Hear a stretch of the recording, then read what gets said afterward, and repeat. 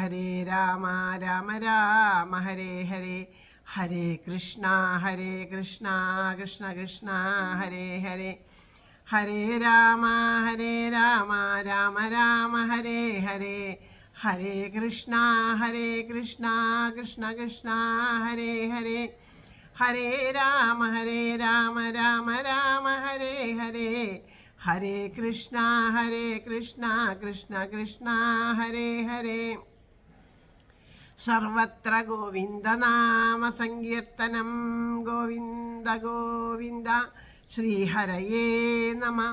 ഹരേ ഗുരുവായൂരപ്പ ശരണം. നാരായണ അഖില ഗുരോ ഭഗവൻ നമസ്തേ. ശ്രീ മുല്ലോർലിത്തേവരേ ശരണം.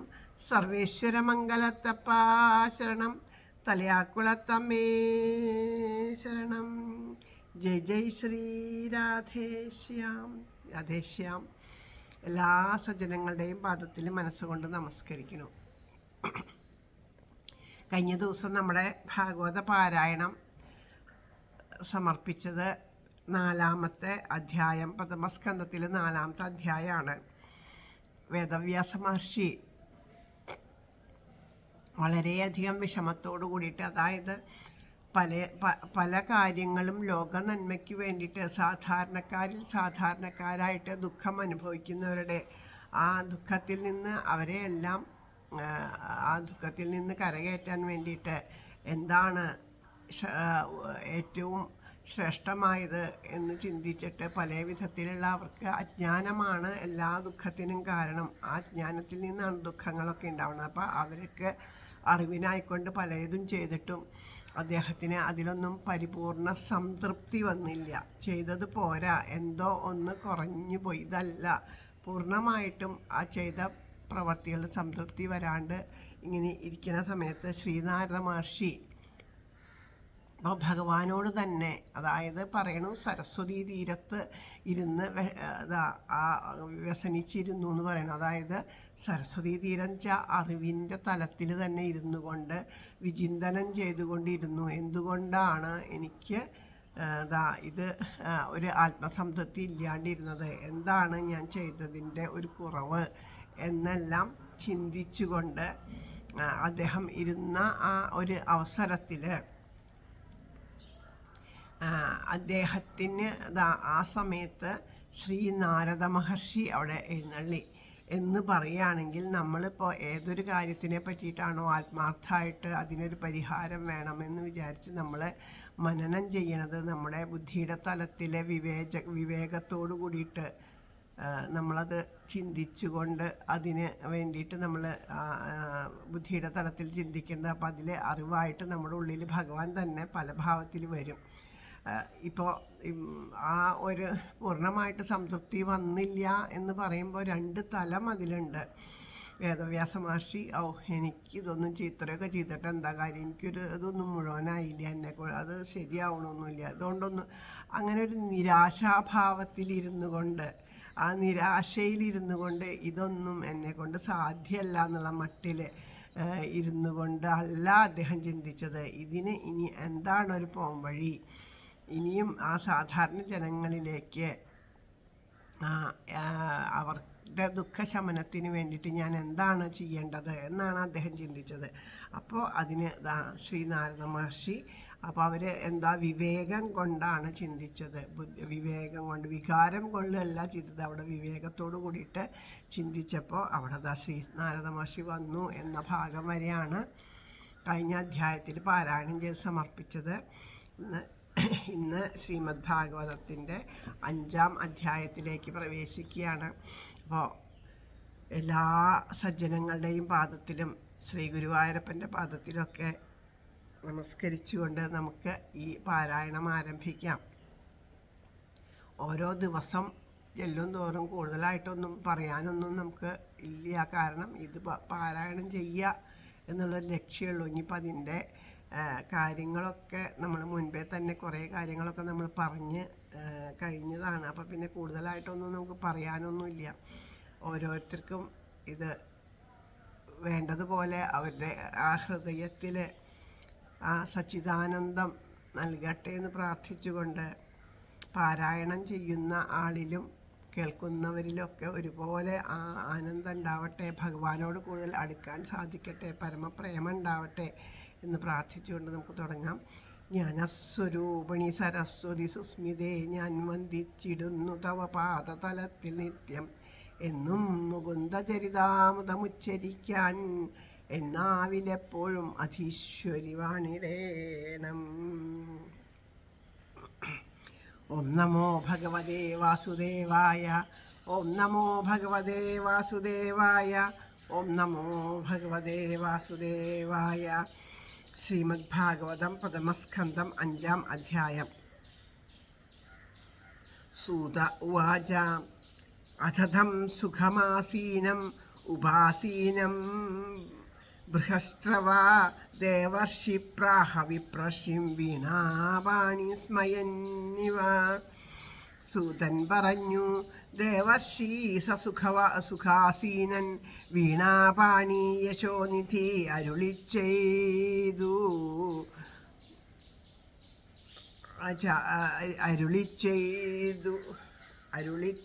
ചാരത്തെ. ഉപചാരത്തെ എന്നാണോ എന്നറിയില്ല കേട്ടോ. അതിൽ ചാരത്തെ എന്നാണ് കാണുന്നത്. ഇനി അക്ഷരത്തെറ്റാണോ എന്ന് എനിക്കറിയില്ല. അതോ അതിന് ഇനിയിപ്പോൾ ഒരർത്ഥം ഉണ്ടാവും. അരുളിച്ചെയ്തു ഉപചാരത്തെ ബ്രഹ്മർഷിയോട് സസ്മിതം. അങ്ങനെയാണോ? അങ്ങനെ ആവണം എന്ന് തോന്നുന്നു. അതായത് എല്ലാവർക്കും അവിടെ ആ ശ്രീനാഥ മാഷയെ കണ്ടപ്പോൾ അദ്ദേഹം കഴിഞ്ഞ ദിവസം പറഞ്ഞല്ലോ, ഒട്ടും ശങ്കിക്കാതെ കണ്ട്. കാരണം മനസ്സിലെ അസ്വസ്ഥതയുണ്ട്. അതായത് എങ്ങനെ വേണമെന്ന് ചിന്തയുണ്ടെങ്കിലും വികാരം കൊണ്ടല്ല, അദ്ദേഹം വിവേകം കൊണ്ട് ചിന്തിച്ചത് കൊണ്ട് അദ്ദേഹത്തിന് നാരദമാഷയെ വന്നപ്പോൾ വേണ്ടതുപോലെ ഉപചാരങ്ങൾ ചെയ്യാനായിട്ട് അദ്ദേഹത്തിന് സാധിച്ചു. അപ്പോൾ നാരദരെ വേണ്ടതുപോലെ സൽക്കരിച്ചിട്ട് ആ ഒരു ആസനത്തിൽ ഇരുത്തി സമീപത്ത് വേദവ്യാസമാഷി ഇരിക്കുകയാണ് ചെയ്തത്. അപ്പോൾ ആ ശ്രീനാഥമുനി വ്യാസമഹർഷിയെ നോക്കിയിട്ടൊന്ന് പുഞ്ചിരിച്ചു. എന്നിട്ടതാ ശ്രീനാരദൻ പറയുന്നു. നാരദ ഉവാച. പാരാശര്യ മഹാഭാഗ ഭവത കഞ്ചിതാത്മന പരിതുഷ്യതി ശാരീര ആത്മാ മാനസ ഏവ വാ. നാരദൻ പറഞ്ഞു, പാരാശര്യ മഹാഭാഗ, പരിതോഷിപ്പതോ ഭവൻ മനഃശരീരാസ്വാസ്ഥ്യത്താൽ അതോ ദുഃഖിച്ചിടുന്നുവോ. നമ്മൾ ഒരാളെ കണ്ടാൽ സുഖാന്വേഷണം നടത്തുക എന്ന് പറയണില്ലേ, അത് തന്നെയാണ് അവിടെ ഉണ്ടായത്. അദ്ദേഹത്തിനോട് പറഞ്ഞ, അങ്ങക്ക് സുഖമല്ലേ, അങ്ങക്ക് വേറെ അസുഖങ്ങളൊന്നും ഇല്ലല്ലോ. അപ്പോൾ ആ ദേഹത്തിനും മനസ്സിനും വേണ്ടതുപോലെയൊക്കെ സന്തോഷമല്ലേ. അപ്പോൾ ഏതെങ്കിലും വിധത്തിലുള്ള ദുഃഖങ്ങൾ അങ്ങേ അലട്ടുന്നുണ്ടോ എന്നെല്ലാം ആ ശ്രീനാരദ മഹർഷി ചോദിക്കുകയാണ്. ജിജ്ഞാസിതം സുസമ്പന്ന അഭിതേ മഹദാത്ഭുതം കൃതവാൻ ഭാരതം യസ്ത്വം സർവാർത്ഥാപരിബൃംഹിതം. ജിജ്ഞാസിതം അധീതം ച യത്തദ്ബ്രഹ്മ സനാതനം അഥാപി ശോചസ്യാത്മാനം അകൃതാർത്ഥ ഇവ പ്രഭോ.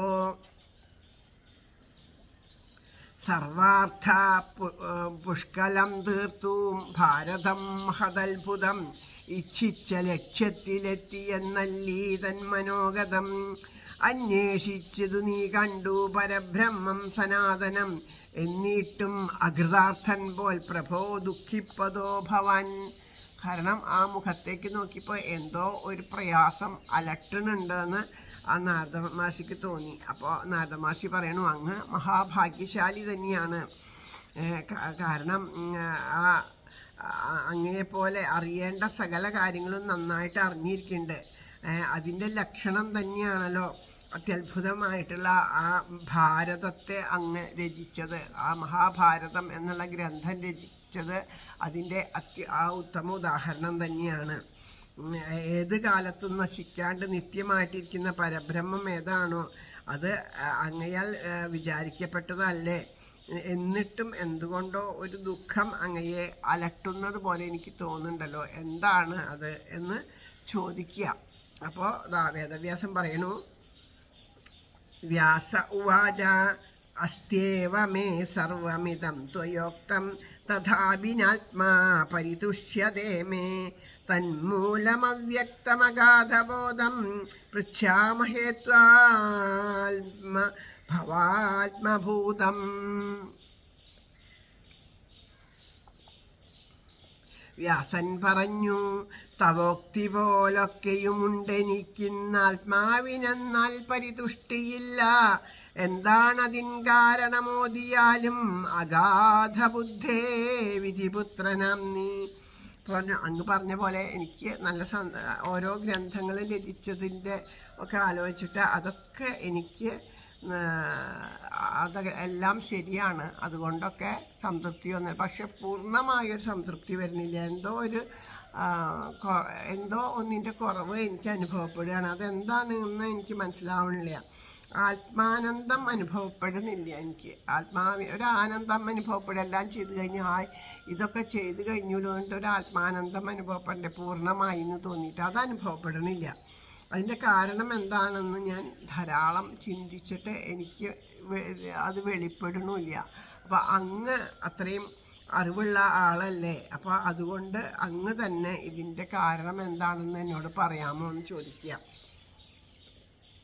സവൈഭവൻ വേദ സമസ്തഗുഹ്യ ഉപാസിതോ യത് പുരുഷ പുരാണ പരാവരേശ മനസൈവ വിശ്വം സൃജത്യവത്യത്തി ഗുണൈരസംഗ തം പര്യടന്നർക്ക ഇവ ത്രിലോകി അന്തശ്ചരോ വായുരിവാത്മസാക്ഷി പരാവരേ ബ്രഹ്മണി ധർമ്മദാവ്രതൈ സ്നാതസ്യ മേ ന്യൂനമലം വിചക്ഷ. ഗുണങ്ങളാൽ വിശ്വ അസംഖ്യയായി സൃഷ്ടിച്ചു പാലിച്ചു ഹനിക്കുവോൻ തൻ അങ്ങയ്ക്കു ഭാസ്യൻ പുരുഷൻ പുരാണൻ ഹൃദിസ്ഥമങ്ങയ്ക്കു സമസ്ത ഗുഹ്യം ചരിച്ചിടുന്നു രവികാന്തിമാനെ ത്രിലോകചിത്തങ്ങളിൽ വായുപോൽ നീ പരാപരബ്രഹ്മ സുധർമ്മനിഷ്ഠാൻ അങ്ങ് ഓർത്തുകൊണ്ടൻ കുറവോതിയാലും. ഇപ്പം പറയണു അങ്ങ് പറയണ്ടല്ലോ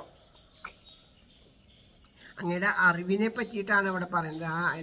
എല്ലാം കൊണ്ടും അങ്ങ് ലോകത്തെ സൃഷ്ടിച്ച് സംഹരിക്കുന്നവനായിട്ടുള്ള ആ പരമകാരുണ്യങ്ങളായിട്ടുള്ള ആ ഭഗവാനോട് ചേർന്ന് നിന്നിട്ട് ആ ഭഗവാന്റെ ഭക്തനായ അങ്ങ് ഒന്നിനോടും ചേർച്ച ഇല്ലാണ്ട് ആ ഭഗവാനിൽ മാത്രം ചേർച്ച വച്ചുകൊണ്ട് ഈശ്വരനാമങ്ങളെ ജപിച്ചുകൊണ്ട് ഈശ്വരോപാസനയോട് കൂടിയിട്ട് കഴിയണ കാരണം കൊണ്ട് അങ്ങേക്ക് സകല രഹസ്യങ്ങളെയും അറിയാം. അങ്ങനെ അത്രയും ഈശ്വരനെ മാത്രം ഉപാസിച്ച് കഴിയുന്ന ഒരാൾക്ക് എന്താ പറയുക, പരൻ്റെ മനസ്സിനെയും ആ മനസ്സിലെ വ്യവഹാരങ്ങളെയും അവൻ്റെ കുറവുകളെയൊക്കെ അങ്ങനെയുള്ളൊരു ജ്ഞാനം കൂടി അങ്ങേക്ക് ഉണ്ടാവും. അതാണ് ഈശ്വരോപാസന കൊണ്ട്. കാരണം ആ ഈശ്വരോപാസന കൊണ്ട് എല്ലാവരുടെ ഉള്ളിലും ആത്മാവായിട്ടിരിക്കുന്നത് ഭഗവാൻ തന്നെയാണ് എന്നുള്ള ആ ബോധം ഉറച്ചു കഴിയുമ്പോൾ ഓരോരുത്തരുടെ ഉള്ളിലും ഉണ്ടാവണത് അവിടെ ഇരുന്നു കൊണ്ട് താൻ തന്നെയായിട്ട് ഭഗവാൻ മനസ്സിലാക്കണ പോലെ ഭക്തനായിട്ടുള്ള നാരദനും മനസ്സിലാക്കാൻ പറ്റും. അപ്പോൾ 3 ലോകങ്ങളിലും നല്ല പ്രകാശത്തിനെ ചൊരിഞ്ഞുകൊണ്ട് സഞ്ചരിക്കുന്ന സൂര്യനെ പോലെയും വായുവിനെ പോലെയൊക്കെ അങ്ങ് സർവ്വ പ്രാണികളുടെയും ഉള്ളിൽ സഞ്ചരിച്ചു കൊണ്ട് ഇരിക്കുന്നവനാണ്. അപ്പോൾ അതുകൊണ്ട് അങ്ങയ്ക്ക് മാത്രമേ എൻ്റെ ന്യൂനത കാരണം എന്താണെന്ന് ആലോചിച്ച് പറയാൻ സാധിക്കുള്ളൂ. അതുകൊണ്ട് അങ്ങ് അത് പറഞ്ഞു തരണം എന്ന് പറയാം. നാരദ ഉവാച ഭവദാനുദിതപ്രായം യശോ ഭാഗവതോമലം യേനൈവാസോ ന തുഷ്യേതേ മന്യേ തദ്ദർശനം ഖിലം യഥാ ധർമാദയശ്ചാർത്ഥ മുനിവർയാനുകീർത്തിത ന തഥാ വാസുദേവസ്യ മഹിമാ ഹ്യനുവർണിത.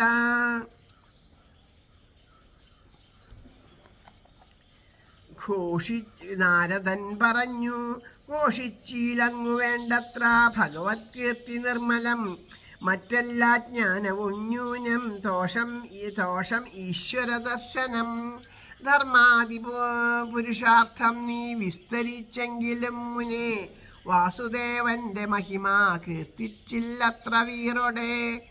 അപ്പം പറഞ്ഞു അങ്ങ് ഇതുവരെ രചിച്ച ഗ്രന്ഥങ്ങളിലൊക്കെ എല്ലാ കാര്യങ്ങളെയും പറഞ്ഞിട്ടുണ്ട്, എല്ലാ അറിവും അതിൽ നിന്ന് കിട്ടും. പക്ഷേ ആ അറിവ് പ്രകാശിക്കണമെങ്കിൽ എന്തു വേണം? അറിയേണ്ടതിനെ അറിയണം. അറിയേണ്ടതിനെ അറിയാണ്ട് കാര്യമില്ല.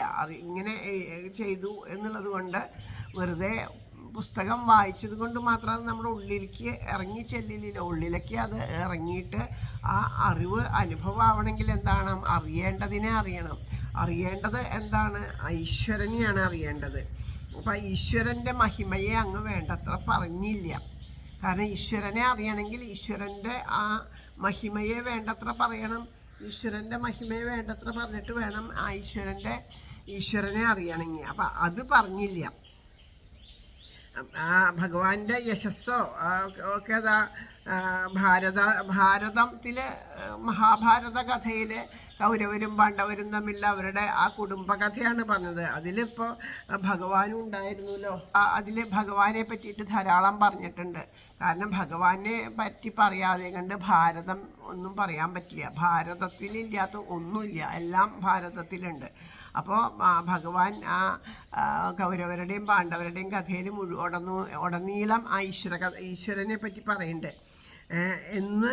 പക്ഷേ അത് പറഞ്ഞിട്ടുണ്ടെങ്കിലും ആ ഭഗവാനെ പറ്റി പറഞ്ഞിട്ടുണ്ട്, ഭഗവാൻ പറഞ്ഞിട്ടുണ്ട്, ഭഗവത്ഗീതയൊക്കെ പറഞ്ഞിട്ടുണ്ടെങ്കിലും ആ ഭഗവാന്റെ മഹിമ അതിനെ വേണ്ടത്ര വർണ്ണിച്ചിട്ടില്ല. ഈ ശ്രീവാസുദേവൻ്റെ മഹിമ വർണ്ണിക്കുകയാണ് വേണ്ടത്. അതങ്ങ് ചെയ്തിട്ടില്ല. അതുകൊണ്ടാണ് അത് ചെയ്താൽ മാത്രമേ ഒരു ആത്മസംതൃപ്തി വരുള്ളൂ. ബാക്കി എന്ത് ചെയ്താലും ആത്മസംതൃപ്തി ഉണ്ടാവില്ല. അപ്പം അതിനെ അങ്ങേക്ക് അത് അറിയാം, ആ ഭഗവാന്റെ മഹിമ. പക്ഷെ അതിനെ നമ്മളിതാ മറ്റുള്ളവർക്ക് പറഞ്ഞു കൊടുക്കണ്ടേ? ഇപ്പം അതുണ്ടെങ്കിലല്ലേ ഇപ്പോൾ അങ്ങ് ചെയ്ത പ്രവൃത്തി എന്താ? ലോക നന്മയ്ക്ക് വേണ്ടിയിട്ട് എല്ലാവരിലും നന്മയുണ്ടാവണം, എല്ലാവരും ദുഃഖങ്ങളും ദുരിതങ്ങളൊക്കെ നീങ്ങണം, അവരുടെ ആ സംസാര സാഗരത്തിൽ കിടന്ന് വിഷമിക്കുന്നവരൊക്കെ അതിൽ നിന്ന് കരകയറണം എന്ന് വിചാരിച്ചിട്ടല്ലേ അങ്ങ് ഇതൊക്കെ ചെയ്തത്. പക്ഷെ അതുകൊണ്ട് അവർക്ക് ഒരുപക്ഷെ അറിവുണ്ടാവാം. പക്ഷേ ആ അറിവിനെ പ്രയോജനപ്പെടുത്തെങ്കിൽ ആ അറിവിനും അറിവായിട്ട് നിൽക്കുന്ന എല്ലാവരുടെ ഉള്ളിലും അന്തര്യാമിയായിട്ട് നിൽക്കണ ആ വാസുദേവൻ്റെ കഥ വേണ്ടതുപോലെ പറയണം. അതിൻ്റെ മഹിമ, ആ വാസുദേവൻ്റെ മഹിമ, നാമത്തിൻ്റെ മഹിമ, നാമിയുടെ മഹിമയൊക്കെ പറയണം. അത് വേണ്ടതുപോലെ പറഞ്ഞിട്ടില്ല. അതാണ് അങ്ങയുടെ വിഷമത്തിന് കാരണം എന്ന് നാരദർ പറയാണ്. നയദ്വച്ഛചിത്രപഥം ഹരേർയശോ ജഗൽപവിത്രം ബൃഹണീതകർഹിജിത് തദ്വായസം തീർത്ഥമുശന്തി മാനസാനയത്ര ഹംസാ നിരമഞ്ജുശിക്ഷയാ തദ്വാഗ്വിസർഗോ ജനതാഖവിപ്ലവോ യസ്മിൻ പ്രതിശ്ലോകമബദ്ധവത്യഭി നാമാനന്ദസ്യ യശോങ്കിതാനി യാ ശൃണ്വന്തി ഗായന്തി ഗൃണന്തി സാധവാ.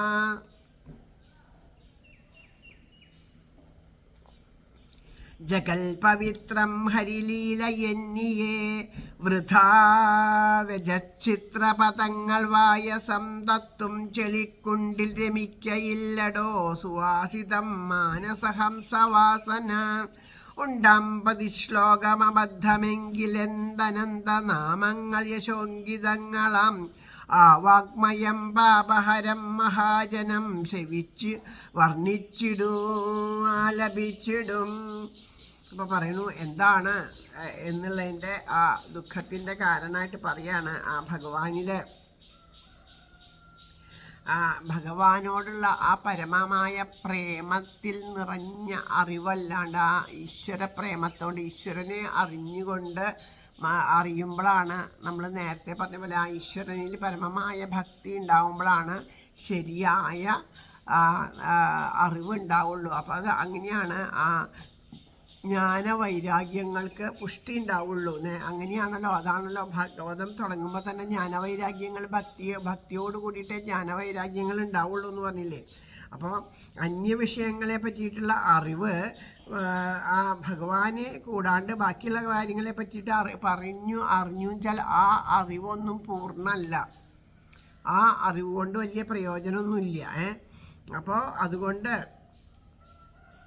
പറയണത് എന്താണെന്ന് ചോദിച്ചാൽ സകല സങ്കടങ്ങളെയും സംഹരിച്ചിട്ട് സംരക്ഷിക്കുന്ന ശ്രീഹരിയുടെ ആ യശസ്സിനെ പറ്റി പറയാതിരുന്നത് കൊണ്ടാണ് ആ തുച്ഛ വിഷയങ്ങളിച്ചുള്ള അവർക്ക് അത് വേണ്ടതുപോലെ പ്രയോജനപ്പെടാണ്ട് വന്നത്. കാക്കകൾക്ക് കുളിക്കാനുള്ള പൊട്ടക്കുളങ്ങൾ ധാരാളം ഉണ്ടാവും. എന്നാൽ അവിടെ ആ മാനസ സരസിലുള്ള പരമഹംസന്മാരായിട്ടുള്ളവർ അവർ അങ്ങനെയുള്ള വാക്ക് സ്വത്വഗുണപ്രധാനമായിട്ടുള്ള മനസ്സോട് കൂടിയിട്ടുള്ള ആ പരമഹംസന്മാർ ആ വാക്കുകളിലൊന്നും രമിക്കില്ല. ഇതുപോലെയുള്ള ലൗകികമായിട്ടുള്ള കഥകളിലൊന്നും രമിക്കില്ല. മാനസ സരസിൽ ക്രീഡിച്ചു കൊണ്ടിരിക്കുന്ന ആ കൊക്കുകളുണ്ടല്ലോ, അവർ ആ കാക്കകളൊക്കെ കുളിക്കുന്ന ചെളിക്കുണ്ടിൽ വന്ന് കുളിക്കാറില്ല എന്ന്. അതായത് ഇവിടെ ചെളിക്കുണ്ട് എന്ന് പറയുന്നത് സംസാരത്തിനോട് ബന്ധപ്പെട്ട് നിൽക്കുന്ന ഒരുപാട് കാര്യങ്ങളാണ് മഹാഭാരതത്തിലൊക്കെ പറഞ്ഞിട്ടുള്ളത്. അപ്പോൾ അങ്ങനെയുള്ള ആ അറിവുണ്ടായിട്ട് എന്താ പ്രയോജനം? ഇങ്ങനെ അവർ യുദ്ധത്തിൻ്റെ കഥകൾ, വഴക്ക് കൂടണേൻ്റെ കഥകൾ, അത് ആണ് പറഞ്ഞേക്കുന്നത്.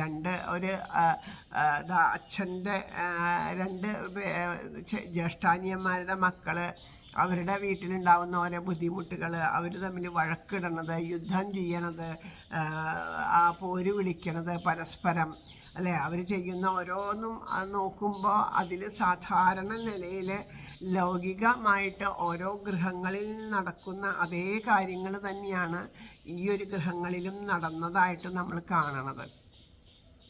അപ്പോൾ നമ്മുടെ വീട്ടിലാണെങ്കിൽ നമ്മുടെ വീട്ടിലിതാ ജ്യേഷ്ഠാനിയന്മാരുണ്ട്, 2 പേരുണ്ട്, ചേട്ടനും അനിയനും മക്കളാണ്. അവർ തമ്മിൽ തല്ലു കൂടണു, പോരടിക്കണു, അങ്ങനെയുള്ള കാര്യങ്ങൾ നടക്കുമ്പോൾ നമ്മൾ അതിൽ ദുഃഖിച്ചിരിക്കുന്ന ആളാണ്.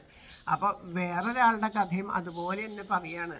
അങ്ങനെ പറഞ്ഞിട്ട് അത് കേട്ടത് കൊണ്ട് നമുക്ക് പ്രയോജനമൊന്നുമില്ല.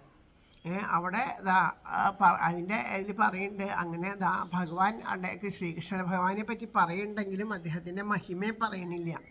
അപ്പോൾ അങ്ങനെയുള്ള ആ മഹിമയെ ഉണർത്താത്തിടത്തോളം കാലം ഉദ്ദേശശുദ്ധി നടക്കില്ല. അവിടെ എന്താ പറയേണ്ടത്? ഇതൊക്കെ എല്ലാ ഗൃഹങ്ങളിലും ഉള്ളതാണ്. പക്ഷേ ഇതിൽ നിന്നൊക്കെ എന്തുണ്ടായത്? ഇതിൽ നിന്നൊക്കെ ഈശ്വരനെ ആശ്രയിച്ചാൽ ഏതേത് ആപത്തുക്കൾ വന്നാലും ആ ആപത്തുക്കളിൽ നിന്നൊക്കെ രക്ഷ നേടാൻ സാധിക്കും. പരമമായിട്ടുള്ള ഈശ്വരനെ ആശ്രയിക്കുകയാണ് വേണ്ടത് എന്നുള്ള ആ ഈശ്വരൻ്റെ മഹിമ. അപ്പോൾ ആ കൃഷ്ണനെ പറ്റി പറയണം. ആ കൃഷ്ണൻ ആരാണ്? കൃഷ്ണൻ്റെ മഹിമ എന്താണ്? നാമത്തിൻ്റെ മഹിമ എന്താണ്? ഇതൊക്കെ പറയണം. അങ്ങനെയുള്ള കാര്യങ്ങളൊക്കെ പറഞ്ഞാൽ മാത്രമേ ആ ബ്രഹ്മാനന്ദം അനുഭവിക്കുള്ളൂ എന്ന് പറയണു. അപ്പം അതുകൊണ്ട് അത് പറയാത്തത് കൊണ്ടാണ് ആനന്ദം ലഭിക്കാത്തത് എന്ന് ഇവിടെ ശ്രീ ബ്രഹ്മർഷി പറയാണ്. അപ്പോൾ ഭഗവാന്റെ യശസ്സിനെ പ്രധാനമായി പറയണമെങ്കിൽ ആ വാക്ക് പരിശുദ്ധമാണ്. ബാക്കി ഈശ്വരൻ്റെ യശസ്സിനെ പറയാത്തതൊന്നും പരിശുദ്ധമല്ല. ഭഗവാന്റെ യശസ്സിനെ പറ്റി പറയുന്നതേ ഉള്ളൂ പരിശുദ്ധമായിട്ടുള്ളതുള്ളൂ. അപ്പോൾ അത് നമ്മളിപ്പോൾ വായിക്കുന്ന സമയത്ത് ഇപ്പോൾ നമ്മൾ ഭാഗവതം വായിക്കുന്നുണ്ട്, ഭഗവത്ഗീത വായിക്കുന്നുണ്ട്. അത് ഈശ്വരൻ്റെ യശസ്സിനെ പറ്റി പറയുന്ന കഥകൾ വായിക്കുമ്പോൾ, അങ്ങനെയുള്ള കാര്യങ്ങൾ വായിക്കുമ്പോൾ അത് ഒന്ന് അബദ്ധമായിട്ട് വായിച്ചാലും ചിലപ്പോൾ അക്ഷരമൊക്കെ തെറ്റിന്ന് വരും. നമ്മളിപ്പോൾ പറയാറില്ലേ, അക്ഷരത്തെറ്റൊക്കെ വരുന്നുണ്ടാവും. അപ്പോൾ അക്ഷരത്തെറ്റിന്ന് വിചാരിച്ചാലും അതിൽ വലിയ ദോഷമൊന്നും വരണില്ല. കാരണം ഉദ്ദേശശുദ്ധി എന്താ? ഇത് ഭഗവാന്റെ കഥകളാണ്. ഇതിനെപ്പറ്റി നമുക്ക് അറിയണം, ഈശ്വരൻ്റെ മഹിമ അറിയണം, ഭാഗവതത്തിൻ്റെ രസം അറിയണം എന്നുള്ള കൊതി കൊണ്ടാണ് നമ്മളിത് പാരായണം ചെയ്യണത്. അപ്പോൾ അവിടെ തെറ്റ് ഒന്നും വന്നാലും അത് പേടിക്കാനില്ല. അതേസമയം എന്തെങ്കിലും ഒരു നമ്മൾ ചെല്ലുന്ന മന്ത്രങ്ങൾ അങ്ങനെയുള്ളതൊക്കെ ഉണ്ടല്ലോ, അതൊക്കെ ജപിക്കുമ്പോൾ അതിൽ അക്ഷരത്തെറ്റുകൾ വന്നാൽ ദീർഘം, ഹസ്വം, അങ്ങനെയുള്ള കാര്യങ്ങൾ, വിസർഗമൊക്കെ ഉണ്ട്. അതൊക്കെ തെറ്റിയൊക്കെ വായിച്ചു കഴിഞ്ഞാൽ അർത്ഥവ്യത്യാസം വരും. അതുകൊണ്ട് ചിലപ്പോൾ ദോഷം ഉണ്ടായിന്ന് വരും.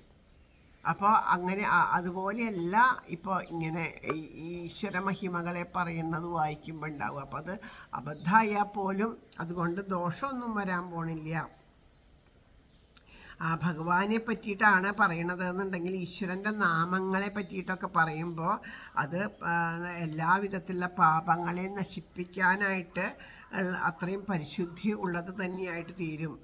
കാരണം സാധുജനങ്ങൾ ആ നാമങ്ങളെ പറയുന്നുണ്ടെന്നുണ്ടെങ്കിൽ അത് കേട്ടിരിക്കും, ഭഗവാന്റെ കഥകളൊക്കെ കേട്ടിരിക്കുമല്ലോ. അപ്പോൾ കേൾക്കാൻ ആഗ്രഹം ഉണ്ടെങ്കിൽ എന്നാണ് പറഞ്ഞുകൊണ്ടിരിക്കുക. അപ്പോൾ ആ കേൾക്കാൻ ആഗ്രഹമുള്ളവരോട് അതിങ്ങനെ പറഞ്ഞുകൊണ്ടിരിക്കും. അപ്പോൾ അങ്ങനെ എന്ത് ചെയ്യും, ഇപ്പോൾ കേൾക്കാൻ ആരും ഇല്ല എന്ന് വിചാരിക്കുക. അപ്പോൾ എന്ത് ചെയ്യും, സ്വയമേവ കീർത്തനം ചെയ്തുകൊണ്ടിരിക്കുക. അപ്പോഴും ആനന്ദം അനുഭവിക്കാൻ പറ്റുന്നുണ്ട്. അത് വേറെ ഒന്നിനും പറ്റണില്ല. ഇപ്പോൾ വേറെ ഏതെങ്കിലും ഒരു വിഷയത്തെ പറ്റിയിട്ടാണ് ഇപ്പോൾ ഇവിടെ ഇരുന്നിട്ട് തന്നെ നമ്മൾ ഈ ഭാഗവതം വായിക്കാൻ എന്താ കാരണം, അതിമനോഹരമായിട്ട് മലയാളത്തിലുള്ള ആ ഭാഗവതത്തെ കേട്ടപ്പോൾ ഇതിൻ്റെ അർത്ഥം വേണ്ടതുപോലെ ഒരു പൂർണ്ണമായിട്ടില്ലെങ്കിലും ഒരുവിധമൊക്കെ ആ പദത്തിൻ്റെ അർത്ഥങ്ങളൊക്കെ തിരിച്ചറിയുന്നുണ്ട്. അങ്ങനെ മനസ്സിലാക്കിയപ്പോൾ ഒരു കൊതിയോട് കൂടിയിട്ടിരുന്ന് വായിക്കുകയാണ്. അപ്പോൾ ഇത് ഇവിടെ വായിക്കുന്നുണ്ട്. ഇവിടെ നിങ്ങൾക്ക് എല്ലാവർക്കും ആർക്കെങ്കിലുമൊക്കെ പ്രയോജനപ്പെട്ടേ ഇവിടെ സമർപ്പിക്കുന്നുണ്ട്. അപ്പോൾ അതിൽ എത്ര പേര് ഇത് കേൾക്കും, എത്ര പേര് കേൾക്കാത്തതുണ്ട്, അതൊന്നും പ്രശ്നമില്ല. കാരണം എന്താ, ഇത് പാരായണം ചെയ്യുന്ന നേരത്ത് ലഭിക്കുന്ന ഒരു ആനന്ദം ആരും ഇല്ലെങ്കിലും ആ ആനന്ദത്തിനെ അനുഭവിക്കാൻ കഴിയും. ഒരു ഇഷ്ടം, ഇനിയും വായിക്കണം എന്നുള്ളൊരു കൊതി, അതാണ് അതിൻ്റെ പ്രധാനം.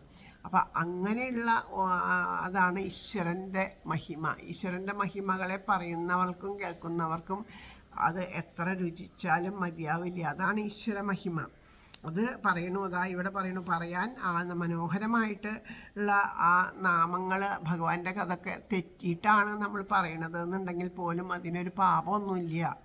അത് കേൾക്കാൻ ആഗ്രഹമുള്ളവർ കേൾക്കും, പറയാൻ ആഗ്രഹമുള്ളവർ പറയും, പാടാൻ ആഗ്രഹമുള്ളവർ പാടും. അങ്ങനെയാണ് ആ ഭഗവാന്റെ മഹിമ. അപ്പം ആ മഹിമയെക്കുറിച്ചിട്ടാണ് അങ്ങ് പറയേണ്ടത് എന്ന് പറയാം.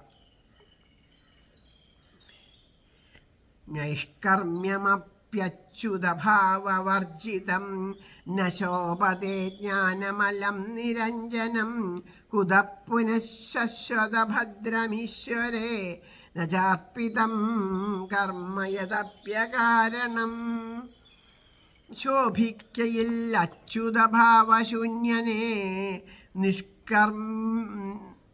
നൈഷ്കർമ്മ്യോദ്ഗതം ജ്ഞാനനിരഞ്ജനത്വവും വൃഥാ ഭവിപ്പൂതനതർപ്പിതങ്ങളം അമംഗളാകാരണകർമ്മ സഞ്ചയം. ആ ഭക്തിയില്ലാത്ത ഏതൊരു കാര്യവും നിഷ്പ്രയോജനം തന്നെയാണ്, അല്ലേ? ആ ഭഗവാന്റെ ഭക്തിയെ പറ്റിയല്ലാണ്ട് ബാക്കിയുള്ള ആ ഭഗവാനോട് ഭക്തി തോന്നാത്ത, ഭക്തിരസമില്ലാത്ത എല്ലാം നിഷ്പ്രയോജനം തന്നെയാണ്. കാരണം ഭക്തിരസത്തിന് മാത്രമേ നമ്മുടെ ഉള്ളിലുള്ള ആ മനോമാലിന്യങ്ങളൊക്കെ നീക്കിയിട്ട് നമ്മുടെ ദുഃഖങ്ങളും ദുരിതങ്ങളൊക്കെ നീക്കിയിട്ട് നമ്മളെ ആനന്ദത്തിലേക്ക് കൊണ്ടുപോകാൻ സാധിക്കുള്ളൂ. അപ്പോൾ അങ്ങനെയുള്ള ആ ഭക്തി ശ്രീഹരിയോട് ചേരാണ്ടിരിക്കണത്, ആ ഭക്തിയോട് ചേരാത്തത്, ശ്രീഹരിയുടെ മഹിമ ഇല്ലാത്തതായിട്ടുള്ള ഒന്നിനും പൂർണ്ണത തോന്നില്ല നമുക്ക്. ആ ഭഗവാന്റെ മഹിമയെ പറഞ്ഞില്ലെങ്കിൽ അത് പൂർണ്ണമാവില്ല. അപ്പം അതുകൊണ്ട് ഈ കാമ്യരൂപമായിരിക്കണ ഈ ദുഃഖത്തിന് കാരണമായിട്ട് തീരുകയാണ് ചെയ്യണത്. അതുകൊണ്ട് എന്താ ചെയ്യേണ്ടത്, ഏറ്റവും ശോഭനമായിരിക്കാൻ വേണ്ടിയിട്ട് ഈശ്വര കഥകളെ പറയുക തന്നെയാണ്. ഈശ്വരങ്കൽ സമർപ്പിക്കാത്ത, ഈശ്വര കഥകളെ പറയാത്ത, ഈശ്വരനാമത്തിൻ്റെ മഹിമ, ഈശ്വരൻ്റെ ആ കാരുണ്യത്തിൻ്റെ മഹിമ, അതിനൊന്നും പറയാണ്ടിരിക്കുന്നതെല്ലാം വെറും അങ്ങനെ ചെയ്യുന്ന എല്ലാ കർമ്മങ്ങളും ശൂന്യമായിട്ട് തീരും. അതിനൊന്നും ഒരു ഗുണവും ഉണ്ടാവില്ല. അത് വേണ്ടതുപോലെ പ്രയോജനപ്പെടില്ല. അങ്ങയുടെ ഉദ്ദേശം എന്താ, സാധാരണക്കാരായ ജനങ്ങൾക്ക് വേണ്ടതുപോലെ അറിവ് ലഭിച്ചിട്ട് ആ അറിവിൽ അവർക്ക് ആ ആനന്ദം അനുഭവിക്കണം, അവരുടെ ദുഃഖങ്ങളൊക്കെ നീങ്ങണം എന്നല്ലേ. പക്ഷേ അവിടെ ആ പ്രേമഭക്തിയോട് കൂടിയിട്ട് ഈശ്വരനെ പറ്റിയിട്ടല്ല പറഞ്ഞേക്കണേ, മറ്റു വിഷയങ്ങളാണെന്നുണ്ടെങ്കിൽ കാര്യമില്ല. പ്രേമത്തോടുകൂടി ഈശ്വരനോട് കൂടി ചേർത്ത് വച്ചിട്ട് എന്ത് പറഞ്ഞാലും അതേ ഉള്ളൂ, അതിനേ ഉള്ളൂ, അല്ലേ? പഞ്ചസാര ഇടാത്ത അല്ലെങ്കിൽ പായസം പോലെ എന്ന് പറയും, മധുരം ചേർത്താലേ അതിന് മധുരം ഉണ്ടാവുള്ളൂ. മധുരം ഏതാണ്? മധുരാധിപതേരഖിലം മധുരം. ആ മധുരം ഇല്ലാണ്ട് പാൽപ്പായസം തന്നാൽ അതിന് ബാക്കി എന്ത് ചേർത്താലും അത് പൂർണ്ണമാവില്ല. വേണ്ട വിധത്തിൽ ആ മധുരം ചേർക്കുമ്പോൾ മാത്രമേ അതിന് ആസ്വാദ്യത ഉണ്ടാവുള്ളൂ. അതുപോലെ അങ്ങനെ നമ്മൾ നമുക്ക് അറിയുന്ന ഒരു ഉദാഹരണം വെച്ച് പറയണം. അതുപോലെ ഈ ലോകത്തിലെ എന്തൊക്കെ നേടിയാലും എന്തൊക്കെ ലഭിച്ചാലും ഇത് നമ്മളോടും കൂടി പറയാണ്. അപ്പം അദ്ദേഹത്തിൻ്റെ കർമ്മം എന്താണ്? അദ്ദേഹത്തിൻ്റെ കർമ്മം അദ്ദേഹം ഇങ്ങനെ ഗ്രന്ഥങ്ങളൊക്കെ രചിച്ചു എന്നുള്ളത്. അതുപോലെ നമ്മളും ഓരോ ദിവസവും ഓരോ കർമ്മങ്ങൾ ചെയ്യേണ്ടത് അല്ലേ?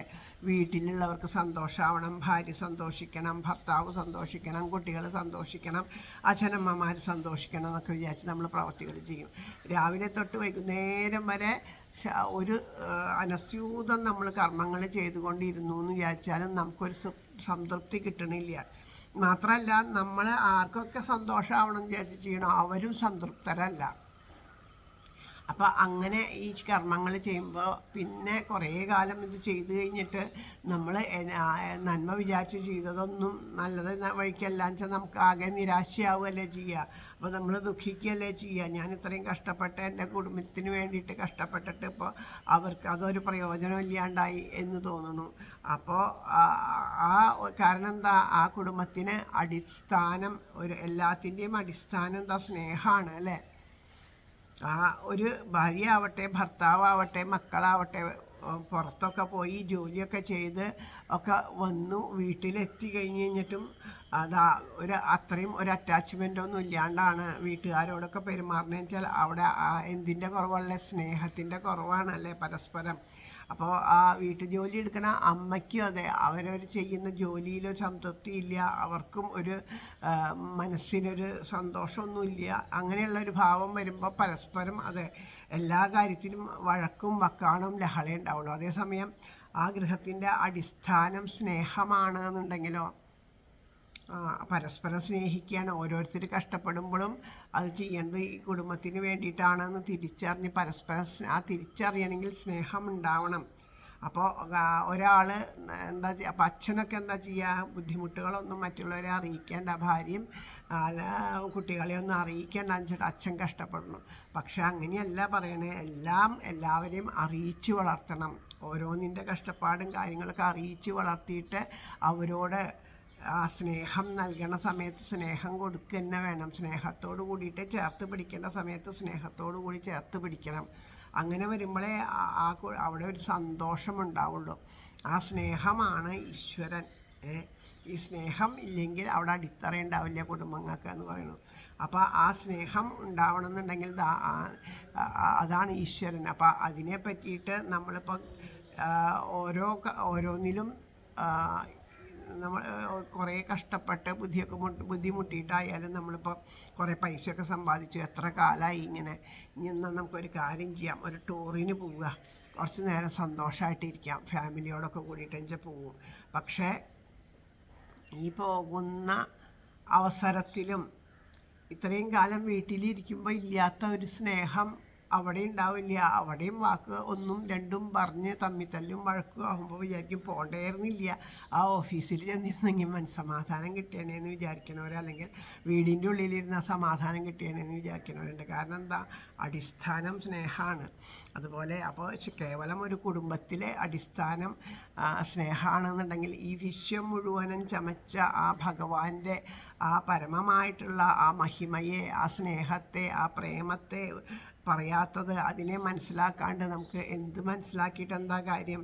അപ്പം അതിനെ തിരിച്ചറിയാൻ വേണ്ടത്. അപ്പം ഈശ്വരങ്കിൽ സമർപ്പിക്കാത്ത ഏത് കർമ്മവും ശൂന്യമായിരിക്കും. അപ്പം നമ്മൾ നിത്യം ചെയ്യുന്ന എല്ലാ കർമ്മങ്ങളും നമുക്ക് ഇപ്പം ഈ പറഞ്ഞതുപോലെ ഒരു മനസ്സംതൃപ്തി കിട്ടണില്ല, സങ്കടമാകണമെന്ന് വിചാരിക്കുമ്പോൾ എന്താ ചെയ്യുക? ഈ കർമ്മങ്ങളൊക്കെ ഈശ്വരൻ്റെ കൽപ്പിതങ്ങളായിട്ട് ഞാൻ ചെയ്യുകയാണ്. പൂർവ്വജന്മാർജിതമായിട്ടുള്ള കർമ്മവാസനയുടെ ഫലമായിട്ട് ഈശ്വരൻ എന്നിൽ തന്നതാണ് ഇതെല്ലാം. ആ ഈശ്വരന് വേണ്ടി ഞാനിത് സേവ ചെയ്യണമെന്നുള്ള ഭാവത്തിൽ എല്ലാ കർമ്മങ്ങളും ആ ഭഗവാനിൽ സമർപ്പിച്ചുകൊണ്ട് ചെയ്യുക.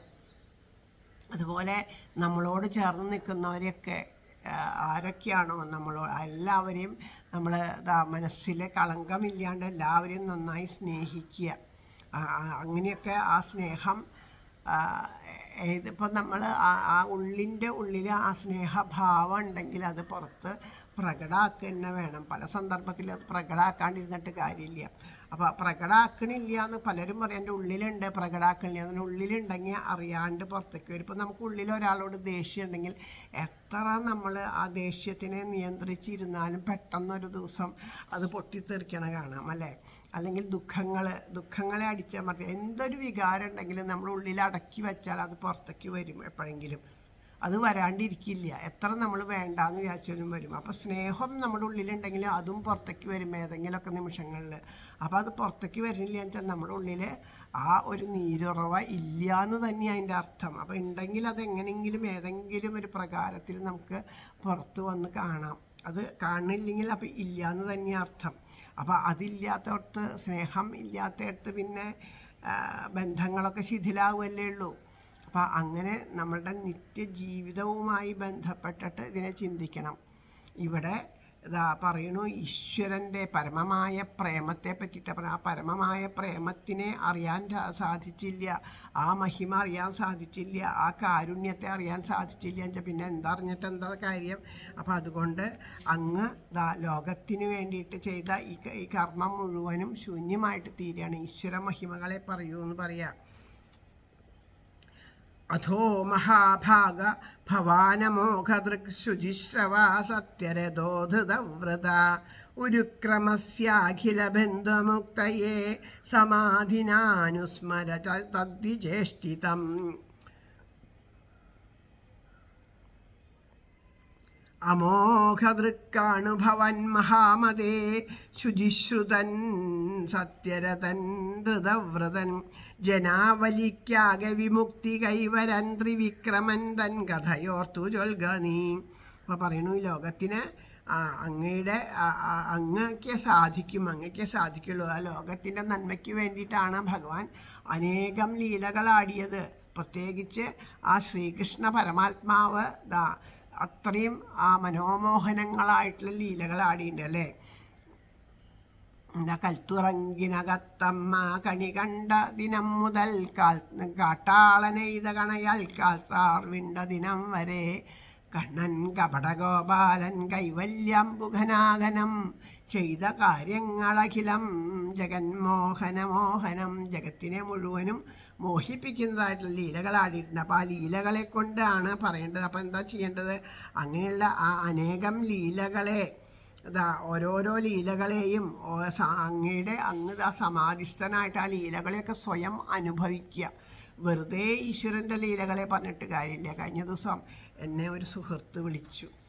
ആ സുഹൃത്ത് വിളിച്ചിട്ട് എന്നോട് പറഞ്ഞു, സപ്താഹത്തിൻ്റെ കഥയാണ് പറഞ്ഞത്.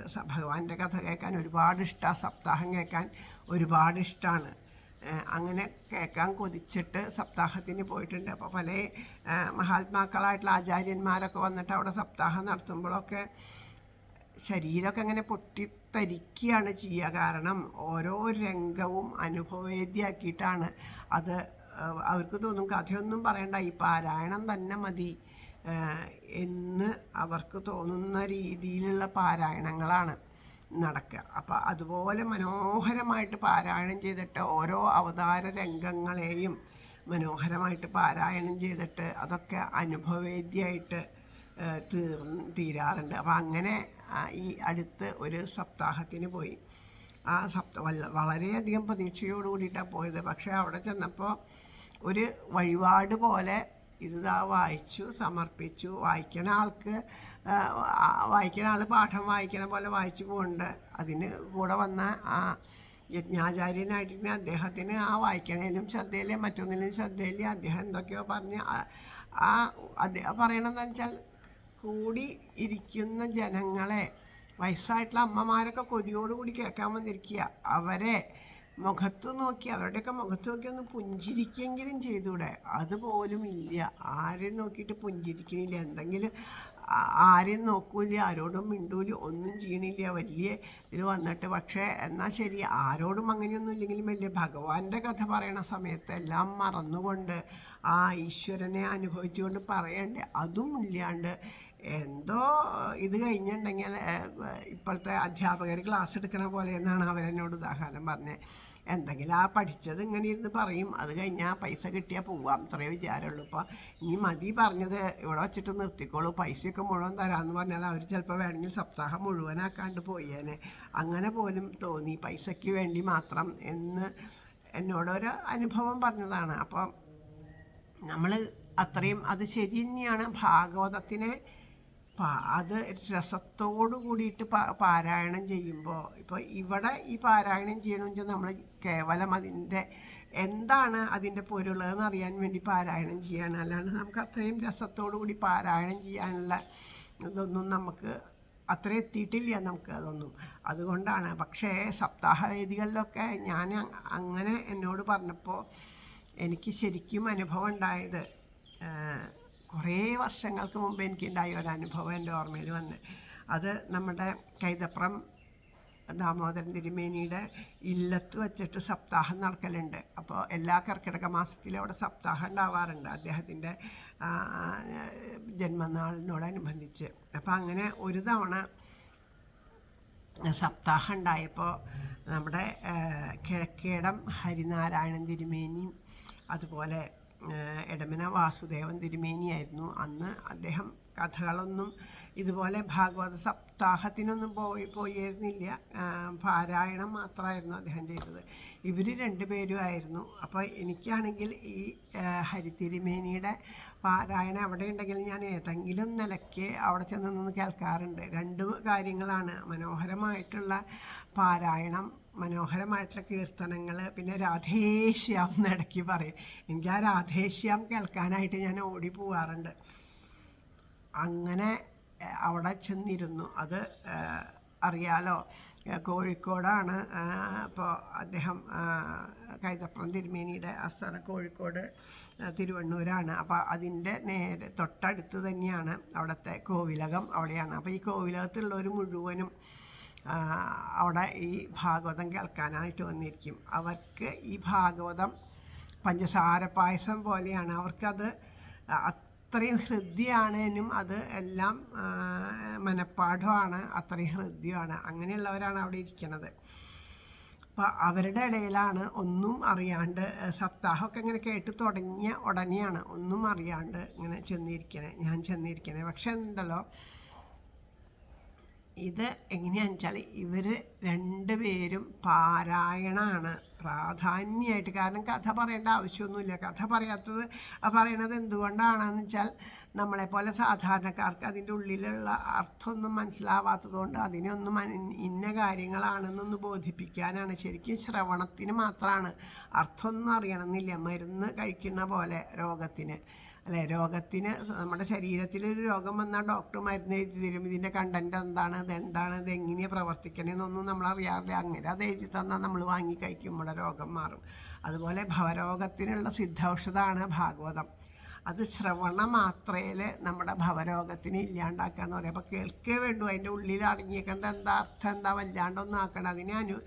അതിനെ സുഖമായിട്ട് ശ്രവിക്കാൻ പറ്റുക, അതിലങ്ങനെ ലയിച്ചിരുന്ന് അത്രയേ ഉള്ളൂ. അപ്പോൾ ഒരുപാട് പേര് അതുപോലെ ലയിച്ചിരുന്ന് പറയുന്നവരും അതുപോലെ ലയിച്ചിരുന്ന് കേൾക്കുന്നവരും അവരുടെ ഇടയിൽ ചെന്നിരിക്കാൻ പറ്റിയതാണ് ഈശ്വരൻ എനിക്ക് തന്ന ഏറ്റവും വലിയ ഭാഗ്യം. അന്ന് ഇതുപോലെ അങ്ങോട്ട് പാരായണം ചെയ്ത് ആ പാരായണം ചെയ്യുന്നവരുടെ ശബ്ദമൊക്കെ ഇടറി കണ്ണൊക്കെ അങ്ങനെ നിറഞ്ഞൊഴുകണുണ്ടാവും. അതൊക്കെ കഴിഞ്ഞ് കഴിഞ്ഞിട്ട് ഹരിതിരുമേനിയുടെ ആ ഇരിപ്പ് എനിക്ക് ഇപ്പോഴും ഓർമ്മയുണ്ട്. കണ്ണടച്ച് അദ്ദേഹം കുറേ നേരം ഇങ്ങനെ ഇരിക്കും. കഥ പറയാനായിട്ടായിരിക്കണം കുറേ നേരം ഇങ്ങനെ ഇരിക്കും. അത് കഴിഞ്ഞ് കണ്ണ് തുറന്ന് എല്ലാവരെയും നോക്കിയിട്ട് പോരെ എന്ന് തലയാട്ടുമ്പോൾ അവിടെ ഉള്ളവരുടെയൊക്കെ കണ്ണ് നിറഞ്ഞൊഴുകില്ല, അവരും മതി എന്ന് പറഞ്ഞ് തലയാട്ടും.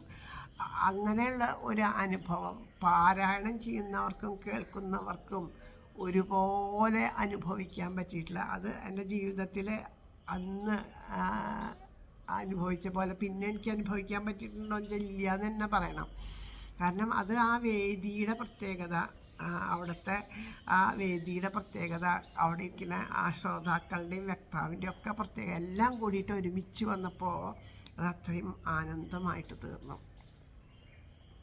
പിന്നെ അവിടെ കണ്ട മറ്റൊരു കാഴ്ചയും കൂടി ഞാൻ അവിടെ കാണുകയുണ്ടായി. അതെന്താണെന്ന് വെച്ചാൽ അവിടെ ഒരു അമ്മയുണ്ട്. ആ അമ്മയ്ക്ക് 80 75 വയസ്സ് ഒക്കെ ആയിട്ടുണ്ടാവണം ആ സമയത്ത്. ഇന്ന് അമ്മി ഗുരുവായൂരപ്പൻ്റെ അടുത്താക്കി പോയി. അപ്പോൾ അന്നേ തന്നെ അത്രയും വയസ്സുണ്ട് ആ അമ്മയ്ക്ക്. ആ അമ്മ എങ്ങനെയാണെന്ന് വെച്ചാൽ ഹരേ രാമ നാമജപത്തിനെ ഉപാസിക്കണ അമ്മയാണ്. ആ അമ്മയുടെ ഭർത്താവിലൂടെയാണ് അമ്മയ്ക്ക് ആ ഒരു ഇത് കിട്ടിയത്. അപ്പോൾ അദ്ദേഹം അവരെ എങ്ങനെയാണെന്ന് വെച്ചാൽ ഒരു ഗ്രൂപ്പായിട്ട് ഒരു അരവിന്ദാക്ഷമേനോൻ എന്ന് പറഞ്ഞിട്ട് ഒരു അദ്ദേഹമുണ്ട്. അവരൊക്കെ ഇപ്പോൾ ഗുരുവായൂരപ്പൻ്റെ അടുത്തിരുന്ന് ആനന്ദിക്കുകയാണ്. അപ്പോൾ അവരൊക്കെ കൂടിയിട്ട് മനോഹരമാണ് ആ ഒരു ഹരേ രാമ ആ ഭജന. അത് അപ്പോൾ എപ്പോഴും ആ നാമസങ്കീർത്തനത്തിനൊക്കെ ഞാൻ ഇടയിൽ അമ്മയുടെ കൂടെ അവരുടെ നാമജപം ഉണ്ടാകുമ്പോഴൊക്കെ ഞാൻ പോവാറുണ്ട്. ആദ്യമായിട്ട് ഞാൻ അവരിലൂടെയാണ് ഹരേ രാമനാമം കേട്ട് ഇത് ഇങ്ങനെ ഭഗവാൻ എനിക്ക് ഉപദേശം തന്നതൊക്കെ അവരിലൂടെ തന്നെയാണ്. അങ്ങനെ ആ അമ്മയും വന്നിട്ടുണ്ടായിരുന്നു സപ്താഹം കേൾക്കാൻ. ഇതൊക്കെ കഴിഞ്ഞപ്പോൾ ആ അമ്മ ഓടി വേഗം അദ്ദേഹം അവിടെ നിന്ന് ഇങ്ങനെ എണീറ്റ് നിന്നപ്പോൾ അമ്മ വേഗം ചെന്ന് ഈ 80 വയസ്സുള്ള അമ്മ അന്ന് ഒരു 40-45 വയസ്സൊക്കെ ഉണ്ടാവുമായിരിക്കും അദ്ദേഹത്തിന്, അത്രയേ ഉള്ളൂ എന്ന് തോന്നുന്നു. അദ്ദേഹത്തിന് അങ്ങോട്ട് നമസ്കരിച്ചു. അപ്പോൾ അദ്ദേഹം യാതൊരു ഭാവഭേദവും ഇല്ലാണ്ട് ഗുരുവായൂരപ്പ ഗുരുവായൂരപ്പ ഗുരുവായൂരപ്പ എന്ന് വിളിച്ചിട്ട് ഇങ്ങനെ നിൽക്കണ്ടേ. അപ്പോൾ കാണുന്ന ആർക്കാലും ഇത്രയും പ്രായമായിട്ടുള്ള ഒരമ്മ ഈ ചെറുപ്പക്കാരനെ അങ്ങനെ നമുക്ക് എങ്ങനെ ആ ബാഹ്യമായിട്ടുള്ള ലൗകിക ദൃഷ്ടിയിൽ നോക്കുമ്പോൾ നമുക്ക് അങ്ങനെയാണ് തോന്നുക. അങ്ങനെ പക്ഷേ അങ്ങനൊരു ഭാവമാണ് നമുക്ക് പെട്ടെന്ന് തോന്നുന്നത് നമ്മുടെ ഉള്ളിൽ. ഈ അമ്മ നമസ്കരിക്കുന്ന വയസ്സായ അമ്മ എന്നാൽ ആ അമ്മയുടെ ഈ അമ്മയെ നമസ്കരിക്കേണ്ടെന്നൊന്നും നമ്മൾ പറയണം. നമുക്ക് ഞാൻ വലിയ ഭാവം എന്ന് കാണിച്ചിട്ടാണ് നമ്മളതൊക്കെ പറയണത്. അയ്യോ എന്നെ നമസ്കരിക്കല്ലേ എന്നൊക്കെ പറയണത് തന്നെ ഒരു അഹങ്കാരമാണ്. അത് ബോധ്യമാക്കിയൊരു കാര്യം അത്. അപ്പം നമസ്കരിച്ചപ്പോൾ അദ്ദേഹം ഒന്നും ആ നമസ്കരിക്കുന്നതിനെ എതിർക്കുകയൊന്നും ചെയ്തില്ല. അദ്ദേഹം അവിടെ നിന്ന് കൊടുത്തു നമസ്കരിക്കാൻ. അതൊക്കെ കഴിഞ്ഞ് അദ്ദേഹം അമ്മ അങ്ങോട്ട് എണീറ്റ് നിന്നപ്പോൾ അദ്ദേഹം വീണൊരു നമസ്കാരം ഉണ്ട് ആ അമ്മ. അപ്പോൾ എനിക്ക് ശരിക്കും അദ്ദേഹത്തിനെ കണ്ടത് അപ്പം എനിക്കിത് ശരിക്കും ഗുരുവായൂരപ്പനെ കണ്ട പോലെ ചെയ്യത്. കാരണം എന്താണെന്ന് വെച്ചാൽ ആ ഗുരുവായൂരപ്പൻ്റെ ഭാവമാണല്ലോ. ഗുരുവായൂരപ്പനോട് യശോദാമ്മ വന്നിട്ട് ചെയ്യുമ്പോൾ ഗുരുവായൂരപ്പൻ ആ യശോദാമ്മ ചെയ്യണതൊക്കെ അനുസരിക്കും. പിന്നെ യശോദാമ്മയുടെ ഉണ്ണിയായിട്ട് അങ്ങോട്ട് നമസ്കരിക്കുക. അങ്ങനെ ആ യശോദാമ്മയും കണ്ണനെയും കണ്ടൊരു അനുഭവമായിരുന്നു, വല്ലാത്തൊരു അനുഭവമായിരുന്നു അത്. അപ്പം അതാവണം അനുഭവം, ഭാഗവതത്തിൻ്റെ ഒരു അനുഭവം അതാവണം, ഭാഗവതത്തിൻ്റെ ലക്ഷ്യം അതാവണം. ബാക്കി ഒന്നും നമുക്കും അതിനിടയിൽ വരരുത് എന്നുള്ളതാണ്. ഇപ്പോൾ ഈ കാലത്തിൻ്റെ ഒരു ഒഴുക്ക് കൊണ്ട് പലപ്പോഴും അതും പറയാം, പലർക്കും ഒരു അതായത് അവരുടെ ആ ജീവിത മാർഗം ഭാഗവതമായിട്ട് തീർന്നുണ്ട്. അതുകൊണ്ട് വിരോധമൊന്നുമില്ല. പക്ഷേ ഇത് തന്നെ നമ്മൾ ചെയ്യുന്ന കർമ്മം. അപ്പോൾ ജോലിക്ക് പോകണ്ട്, ഉദ്യോഗത്തിന് പോകണ്ട്, ശമ്പളം വേണ്ടാന്നൊന്നും ആരും പറയണില്ല. ശമ്പളം വാങ്ങുന്നുണ്ടെങ്കിലും ആ വാങ്ങുന്ന ശമ്പളത്തിനുള്ള ജോലി കൃത്യമായിട്ട് സത്യസന്ധമായിട്ട് ആ ചിട്ടയോട് കൂടിയിട്ട് ചെയ്യുക എന്നുള്ളത് നമ്മുടെ ധർമ്മം. അതുപോലെ ഇത് എങ്ങനെ ആയാലും ആ ഭാഗവതം കയ്യിലെടുത്തങ്ങോട്ട് ഇരുന്നാൽ ബാക്കിയൊന്നും ആലോചിക്കാതെ കണ്ട് ഇതുപോലെ ഭാഗവതം വായിക്കാനും. പക്ഷേ അതേ വായന ഞാൻ പിന്നീട് എവിടെയും കേട്ടില്ല എന്നുണ്ടെങ്കിലും ഒരു തവണയും കൂടിയും കേട്ടു കേട്ടോ. അതില്ല എന്ന് പറയാൻ പറ്റില്ല. നമ്മളുടെ ഇവിടെ വൈദ്യലിംഗ ശർമാജിയുടെ ഭാഗവതം, അദ്ദേഹത്തിന് വേണ്ടിയിട്ട് ആ ഭാഗവത രസിക ആ ഭാഗവത സപ്താഹം ഇവിടെ നടക്കുകയുണ്ടായി തിരുവമ്പാടി ക്ഷേത്രത്തിൽ. അപ്പോൾ അത് അവിടെ പോയി കേൾക്കാൻ കഴിഞ്ഞില്ല, ലൈവായിട്ടാണ് കേട്ടത്. അപ്പോൾ ആ സമയത്ത് ഇതുപോലെ തന്നെ കിഴക്കേട ഹരിനാരായണൻ തിരുമേനിയും മേച്ചേരി ഹരീഷനും കൂടിയിട്ട് രണ്ടുപേരും കൂടിയിട്ട് അന്ന് പാരായണം ചെയ്തത് ഗജേന്ദ്രമോക്ഷമായിരുന്നു. ശരിക്കും അതെ, ആ പാരായണത്തിലെ മുന്നിലിങ്ങനെ നമ്മൾ പാട്ടിലൊക്കെ പറയുള്ളൂ മുന്നിൽ ഞാൻ ശ്രീഹരിയെ മിന്നിക്കാണ്. അത് ശരിക്കും തെളിഞ്ഞ് ആദ്യമൊക്കെ ഞാൻ പുസ്തകം നോക്കിയിട്ട് ആ പുസ്തകം നോക്കി ഇങ്ങനെ കേൾക്കുക. അപ്പോൾ ഒരു തവണ നമുക്ക് അതോട് കൂടിയിട്ട് വായിക്കാൻ പറ്റുള്ളൂ എന്നിട്ട് അങ്ങനെയാണ് ചെയ്തിരുന്നത്. പക്ഷേ ഇവരുടെ പാരായണം തുടങ്ങിയപ്പോൾ പുസ്തകമൊക്കെ അടച്ചു വെച്ച് കണ്ണടച്ച് ഇരുന്നു. എത്രയും മനോഹരം ആയിട്ടാണ് ആ പാരായണം എന്ന് പറയാൻ വയ്യ. ഒരുപാട് പേർക്ക് അത് അനുഭവം ആരെങ്കിലുമൊക്കെ ആ ഒരു സപ്താഹം കേട്ടിട്ടുണ്ടെങ്കിൽ അവരൊക്കെ പറയും ശരിയാണ്, അത് അനുഭവം. അത് അനുഭവിക്കാനും നമുക്കൊരു ഭാഗ്യം വേണം, അത് കേൾക്കാനും നമുക്കൊരു ഭാഗ്യം വേണം. അതിന് ഒരു ഭഗവാന്റെ അനുഗ്രഹം വേണം, അപ്പം ആ കാരുണ്യം വേണം. അപ്പം അതൊക്കെ അങ്ങനെയുള്ള ആ കാരുണ്യത്തെ പറ്റിയിട്ട് പറയാനാണ് ഇവിടെ ശ്രീനാരദർ പറയണത്. ഇതിങ്ങനെ പറഞ്ഞു വന്നപ്പോഴേ ഏത് ശ്ലോകമാണ് വായിച്ചതെന്നൊക്കെ മനസ്സിൽ നിന്ന് അങ്ങടെ വിട്ടുപോയി ശരിക്കും പറയുകയാണെങ്കിൽ.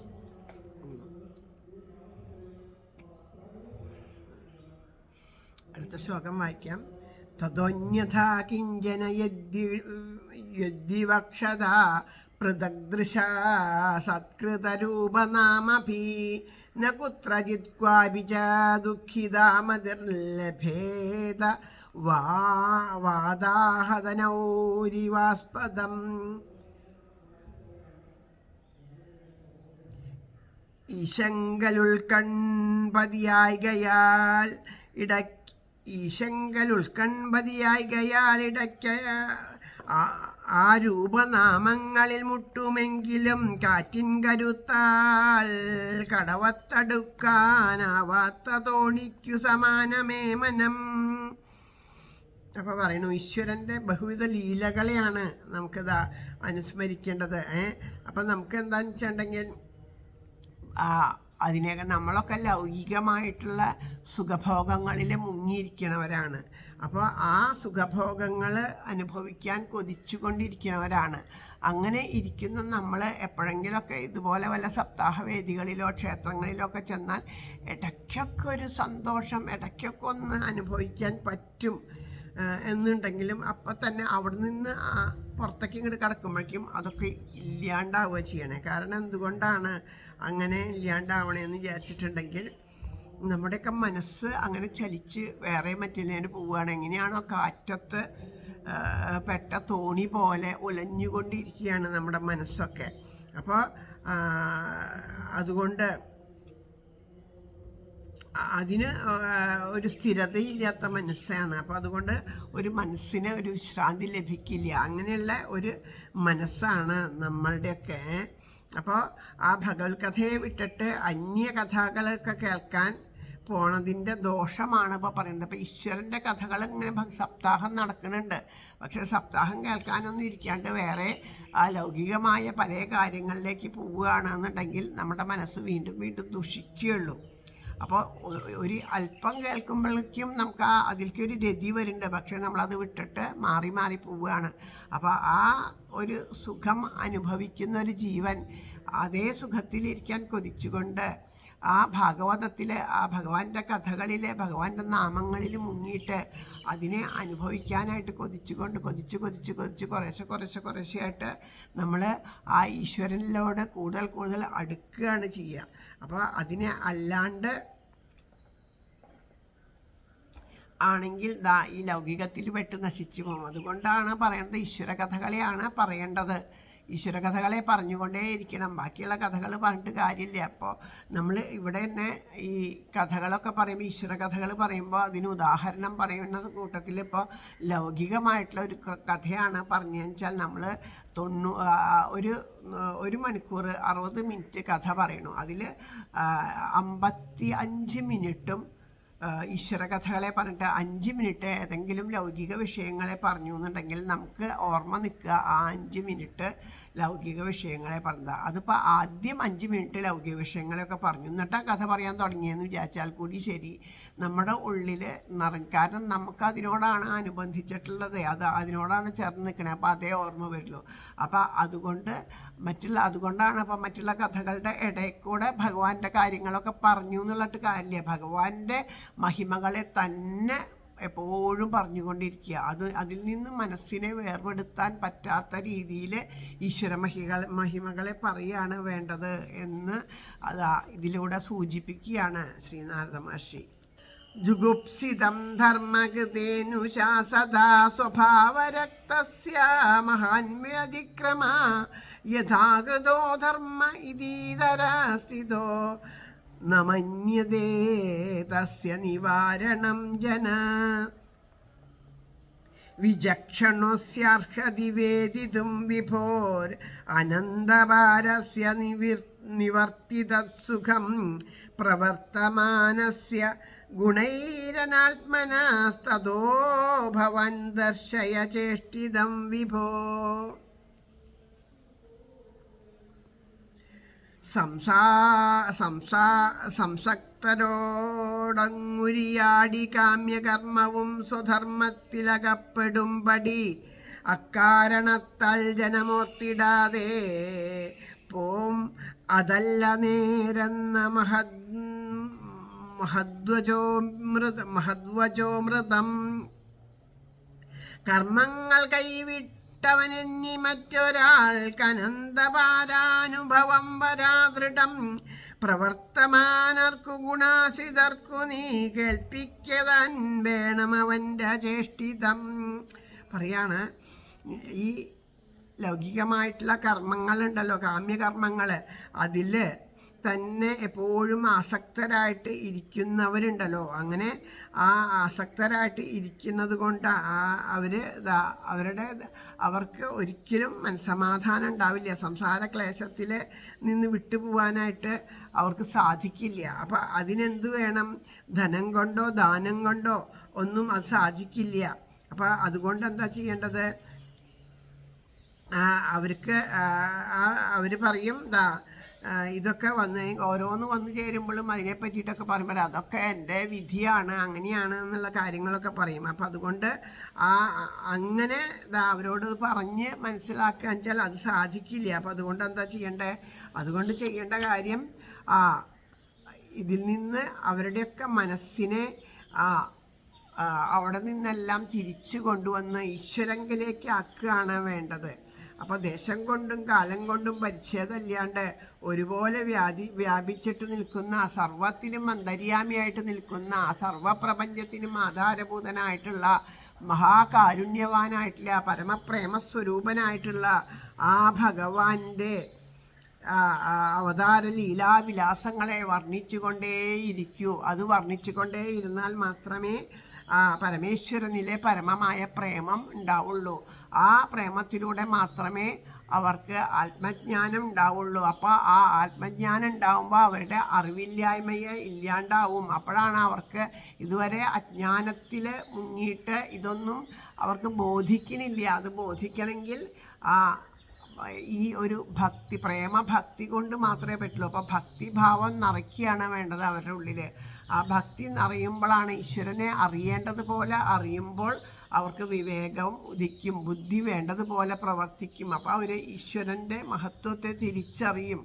അപ്പോൾ ആ അറിവ്, അങ്ങനെയുള്ള ആ ജ്ഞാനം അവരുടെ ഉള്ളിൽ നിറയുമ്പോൾ അവർ ഈ നശ്വരങ്ങളായിട്ടുള്ള ഇതിനൊക്കെ ഉപേക്ഷിച്ച് ഈശ്വരനെ തന്നെ ആശ്രയിച്ചുകൊണ്ട് അങ്ങ് ഇച്ഛിച്ചതുപോലെ അവർ എപ്പോഴും ആനന്ദസ്വരൂപികളായിട്ട് മാറും. അപ്പം അതിന് ഈശ്വരൻ്റെ കഥകളെ അത് തന്നെ ആവർത്തിച്ച് പറയണം. കഥകളെ പറയൂ. തുക്താസുധർമ്മം ചരണാംബുജം ഹരേർ ഭജന്നഭക്വോധ പദേ തതോ യതി യത്രക്വാ ഭദ്രമഭൂതമുഷ്യ കിം കോവാർത്ഥ ആപ്തോ ഭജതം സ്വധർമ്മത തസ്യൈവ ഹേതോ പ്രയതേത കോവിദ ന ലഭ്യതേ യദ് ഭ്രമദാമുപര്യഥ തല്ലഭ്യതേ ദുഃഖവദന്യതസുഖം കാലേന സർവത്ര ഗഭീരരംഹസാ തെക്തകസ്വധർമ്മൻ ഹരിതൻ പദാംബുജം ഭജിച്ച പക്കൻ നിപതിച്ചു പോകിലും അവന്നഭദ്രം വരലില്ല മുക്തി കൈവരാ സ്വധർമ്മ നിഷ്ഠൻ ഭക്തനാവുകിൽ ഉപര്യഥാ ഭ്രാന്തജനത്തിനെ ഏത് അലഭ്യമാണതിനായി കിണയാവൂ ഗോവിതൻ പൂർവാർജിതം കർമ്മഫലം സുഖാസുഖം കിട്ടാതെ വയ്യുദ്രയ കാലശക്തിയാൽ. അതായത് ഈ കാമ്യകർമ്മങ്ങളെ കൊണ്ട് അനർത്ഥങ്ങൾ ഉണ്ടാവുന്നത് കൊണ്ട് അവയെ ഉപേക്ഷിച്ചിട്ട് ഹരിഭജനത്തെയാണ് വേണ്ടത് ഹരിഭജനാണ് വേണ്ടത് എന്നുള്ള സത്യത്തിനെ അവർക്ക് തിരിച്ചറിയാൻ സാധിക്കണം. അപ്പോൾ നിത്യം നൈമിത്തികം എന്ന് രണ്ട് വിധത്തിലുള്ള ആ സ്വധർമ്മനിഷ്ഠകളുണ്ട്. അപ്പോൾ അങ്ങനെ ആവുമ്പോൾ ഹരിഭക്തിയെ ആദരിച്ചുകൊണ്ട് ഈശ്വര ഭക്തി കൊണ്ട് ഈശ്വരനെ ആശ്രയിച്ചുകൊണ്ട് കഴിയുക എന്ന തത്വത്തെയാണ് ജനങ്ങൾക്ക് ഉപദേശിക്കേണ്ടത്. അപ്പോൾ അതാണ് ജനങ്ങൾക്ക് മനസ്സിലാക്കി കൊടുക്കേണ്ടത്. ഈശ്വരനെ ആശ്രയിച്ചാൽ മാത്രമേ നിങ്ങളുടെ ഈ ദുഃഖങ്ങൾക്കും ദുരിതങ്ങൾക്കും ഒരു നിവർത്തി ഉണ്ടാവുള്ളൂ. അതുവരെ ഉണ്ടാവില്ല. കാരണം എവിടെയാണോ ഒരു ദിക്കിലും പൊട്ടി അത് അവിടെ ചൊറിഞ്ഞ് വ്രണായിട്ട് കൊണ്ടിരിക്കുന്നു. വീണ്ടും ചൊറിഞ്ഞ് അത് വലുതായിക്കൊണ്ടിരിക്കുകയാണ്. അപ്പോൾ ഈ ചൊറിയുന്നത് സുഖമാണെന്നുണ്ടെങ്കിലും ആ ചൊറിയണത് കൊണ്ടാണ് ഇത് ഉണങ്ങാത്തത്. അതിന് മരുന്ന് ചെയ്ത് അതിനെ ഉണക്കുകയാണ് വേണ്ടത് എന്ന് പറഞ്ഞാൽ ആ മരുന്ന് ചെയ്ത് അതിനെ ഇല്ലാണ്ടാക്കണതിന് പകരം അത് ഇങ്ങനെ എപ്പോഴും ചൊറിഞ്ഞുകൊണ്ടിരുന്നാൽ അത് വലിയൊരു വ്രണമായിട്ട് തീരില്ലേ? അതുപോലെ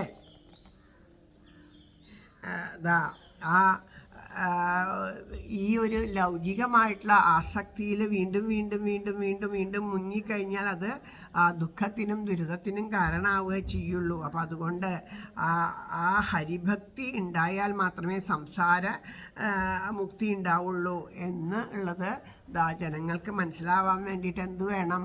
ആ ഹരിഭക്തിയെ വേണ്ടതുപോലെ പ്രകാശിപ്പിക്കുന്ന രീതിയിൽ അങ്ങ് ഒരു രചന ചെയ്യണം എന്ന് പറയുന്നു. അതിൽ അപ്പോൾ അല്ലെങ്കിൽ ബ്രഹ്മാവ് മുതൽ താഴെയുള്ള ആ കീടങ്ങൾ വരെ എന്താണ് മേൽപോട്ടും കീഴ്പോട്ടും ചിലപ്പോൾ ബ്രഹ്മാവായിട്ട് ഇത്ര വർഷം ബ്രഹ്മാവായിട്ട് ജീവിക്കുക എന്നുള്ളത് ജീവിച്ചു കഴിഞ്ഞാൽ ആ ബ്രഹ്മാവിൻ്റെ തലത്തിൽ നിന്ന് ചിലപ്പോൾ വന്ന് വീണത് ഒരു പുഴുവിൻ്റെ തലത്തിലേക്കായിരിക്കും. അവർക്ക് വരെ അവരുടെ ആയുസ് കഴിഞ്ഞാൽ ജനന മരണങ്ങളായിട്ട് വരുന്നുണ്ട്. അപ്പോൾ പരമപദത്തെ പ്രാപിക്കാൻ കഴിയുന്ന വിധം ഈശ്വരനെ ഉപാസിക്കുകയാണ് വേണ്ടത്. തുച്ഛങ്ങളും നശ്വരങ്ങളുമായിട്ട് സുഖങ്ങൾ കർമ്മങ്ങൾ കൊണ്ട് സിദ്ധിക്കും. പക്ഷേ അത് ആ കർമ്മത്തിൻ്റെ ഫലമാണ്.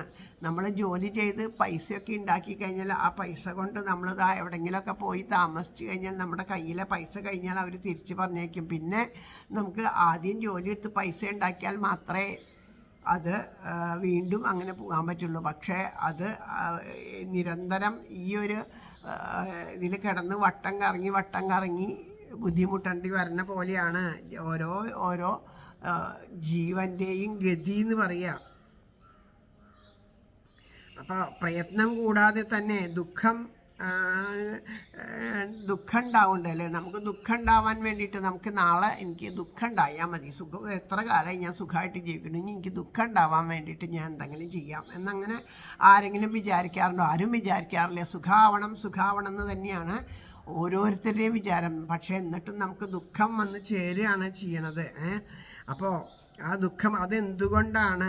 അപ്പോൾ അത് നമ്മുടെ ആ കർമ്മപ്രാരാബ്ധങ്ങളെ കൊണ്ടാണ് അത് നമുക്ക് വന്ന് ചേരണത്. അത് നമുക്ക് അനുഭവിക്കാണ്ടിരിക്കാൻ കഴിയില്ല. ഞാൻ ചെയ്യണു, ഞാൻ പറയണു എന്ന രീതിയിൽ ഈ ശരീരമാണ് ഞാൻ എന്ന് വിചാരിച്ചിട്ട് ചെയ്തു കൂട്ടുന്ന കർമ്മങ്ങളുടെ ഫലമായിട്ടാണ് ഇത്. നമ്മൾ ആഗ്രഹിക്കുന്നില്ലെങ്കിൽ പോലും അതിൻ്റെ ഫലമായിട്ട് ഇതൊക്കെ വന്നു ചേരണത്.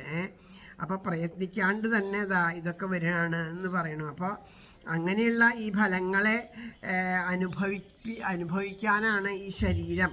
അപ്പോൾ അതിനെ തടുക്കാനായിട്ട് ആർക്കും കഴിയില്ല. എന്നാൽ ആ വിശേഷ ബുദ്ധി കൊണ്ട് ചിന്തിച്ചിട്ട് ആ ഈശ്വരനെ ഉപാസിച്ചുകൊണ്ട് ആ ഈശ്വരനെ അറിയാനായിട്ട് ആ ഈശ്വരൻ്റെ ആ കഥകളെ മഹിമകളെ പ്രകീർത്തിച്ചാൽ ആരെങ്കിലും അറിയുന്ന ഒരാൾ അതിനെപ്പറ്റി പറഞ്ഞാലല്ലേ അത് മറ്റുള്ളവർക്ക് അറിയുള്ളൂ. അപ്പോൾ അതുകൊണ്ട് ആ ഭഗവാന്റെ ആ മഹിമകളെ പൂർണ്ണമായിട്ടും മറ്റുള്ളവരിലേക്ക് എത്തിക്കുക. അങ്ങയുടെ ആ മഹിമ, അങ്ങക്ക് അറിയാവുന്ന ഈശ്വര മഹിമകളെ പൂർണ്ണമായിട്ടും മറ്റുള്ളവരിലേക്ക് പകരുന്ന വിധത്തിൽ ഈശ്വരൻ്റെ മഹിമകളെ ഉറക്കെ പാടൂ, ഈശ്വരൻ്റെ കാരുണ്യത്തെ ഉറക്കെ പാടൂ, ഈശ്വരൻ്റെ നാമങ്ങളെ കീർത്തിക്കൂ. അങ്ങനെ എല്ലാവരുടെയും ഉള്ളിലേക്ക് ആ ഹരിഭക്തിയെ വളർത്തൂ. അതുകൊണ്ട് തന്നെയാണ് അവർക്ക് ജീവൻ മുക്തി ഉണ്ടാവുള്ളൂ എന്നതാ ഇവിടെ പറയുന്നു. നവൈജനോ ജാതുകഥം ജനാവ്രജേത് മുകുന്ദസേവന്യവദംഗ സംസൃതിം സ്മരൻ മുകുന്ദാംഗ്രി ഗൂഹനം പുനർവിഹാതു ഇച്ഛന്നരസഗ്രഹോ ജയത ഇദം ഹി വിശ്വം ഭഗവാൻ യതോ ജഗൽസ്ഥാന നിരോധ സംഭവ തദ്ധി സ്വയം വേദഭവം ഭവംസ്തഥാപി വൈ പ്രദേശമാത്രം ഭവത പ്രദർശിതം മുകുന്ദസേവീ അന്യരെന്ന പോൽ സംസാരിയായി തീരുകയില്ലൊരിക്കലും മുകുന്ദപാദാബ്ജരസജ്ഞനോർക്കുവാൻ ആവാത്തതാണോ രുചിതൻ വിപാടനം സചേതനാചേതനമി പ്രപഞ്ചവും തദീയ കർത്താവുമാഭിന്ന സത്തകൾ അലിപ്തനായങ്ങയ്ക്കറിയുന്നതെങ്കിലും കാര്യങ്ങളെ തണ്ടു പറഞ്ഞതാണു ഞാൻ. അപ്പൊ പറയണു ഇതാ മുക്തിപ്രദനായിട്ടുള്ള ശ്രീഹരിയെ സർവാത്മനെ ആശ്രയിച്ച് ജനം പിന്നെ സിദ്ധിയെ പ്രാപിക്കാണ്ട് മരിക്കാനും അല്ലെങ്കിൽ ഏതെങ്കിലും യോനിയിൽ ജനിക്കാനും സംഗതി വന്നാലും കൂടി ശരി, അവൻ സാധാരണ ആൾക്കാരെ പോലെ ലൗകിക സുഖങ്ങളിൽ മുങ്ങിയിട്ട് അത് ചിലപ്പോൾ പൂർവ്വജന്മത്തിൽ ബാക്കി നിൽക്കുന്ന ഏതെങ്കിലും കർമ്മത്തിൻ്റെ ഫലമായിട്ടാവും, എങ്കിലും അവന് വീണ്ടും സംസാരത്തിൽ കുടുങ്ങിയിട്ട് നശിക്കാൻ ഇടവരില്ല. കാരണം ആ പൂർവ്വജന്മത്തിൽ ചെയ്ത ഹരിപാദത്തെ സേവിച്ചത് കൊണ്ട് ആ ആനന്ദം അവൻ്റെ ആ ജീവനിൽ ഉണ്ട്. അപ്പം അത് ഒരിക്കലും നഷ്ടമാവില്ല. അതുകൊണ്ട് തന്നെ അവർ ഈശ്വരപാദത്തെ ചിന്തിച്ചിട്ട് ഈശ്വരനാമങ്ങളെ ജപിച്ചുകൊണ്ട് ആ ഭഗവാനെ അനുസ്മരിച്ചുകൊണ്ട് അവൻ അങ്ങനെ തന്നെ ഈശ്വരനിൽ തന്നെ മനസ്സ് ചേർത്ത് വെച്ച് ജീവിക്കാനായിട്ട് ഇടവരിക തന്നെ ചെയ്യാം. അപ്പം അതുകൊണ്ട് ആ ഭഗവാന്റെ പാദങ്ങളെ ആശ്രയിക്കുന്നവന് ഒരിക്കലും ബാക്കിയുള്ളത് പോലെയല്ല, അങ്ങനെയുള്ളവർക്ക് ഒരിക്കലും ചുതി ഉണ്ടാവില്ല.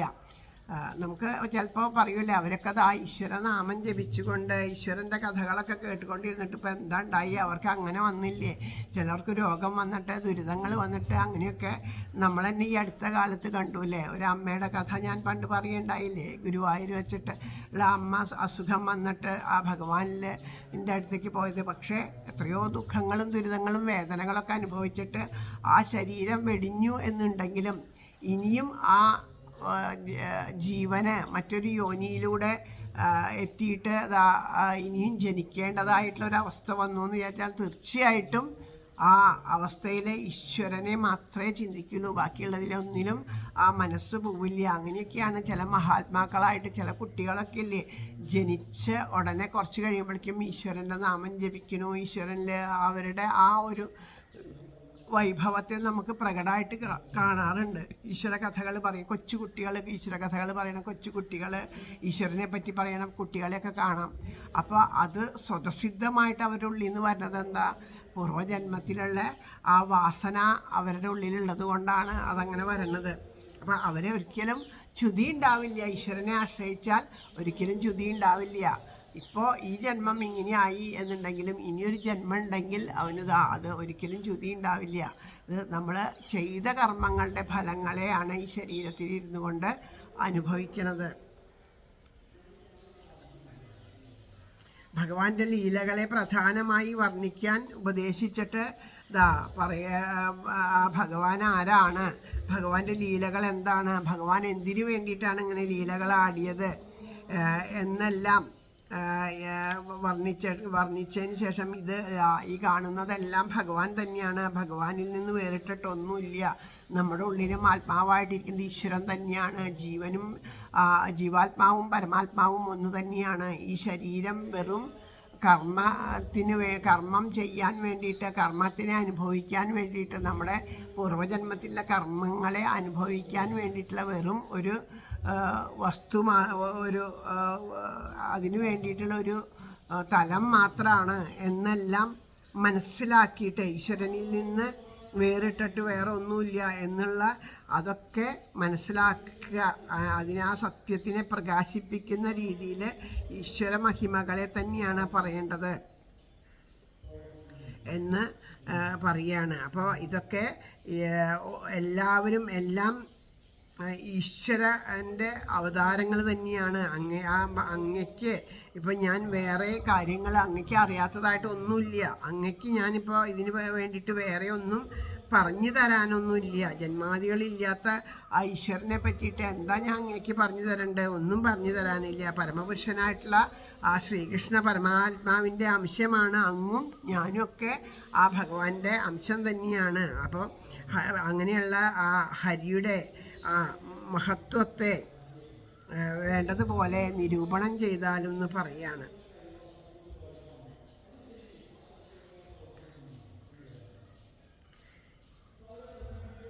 ഇതം ഹി പുംസസ്തപസ ഹരേ കൃഷ്ണ ഒന്നുകൂടെ വായിക്കാട്ടോ. ഇതം ഹി പുംസസ്തപസാശ്രുതസ്യ വാ ശിഷ്ടസ്യ സൂക്തസ്യ ച ബുദ്ധിയത്തയോ അവിച്യുതോഥ കവിഭിർനിരൂപിതോ യദുത്തമ ശ്ലോക ഗുണാനുവർണ്ണനം.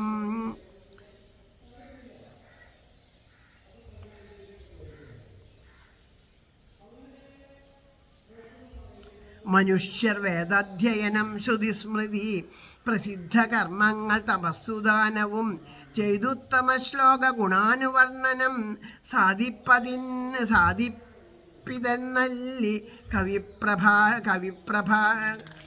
പ്രഭാഷിതം പറയാണ്.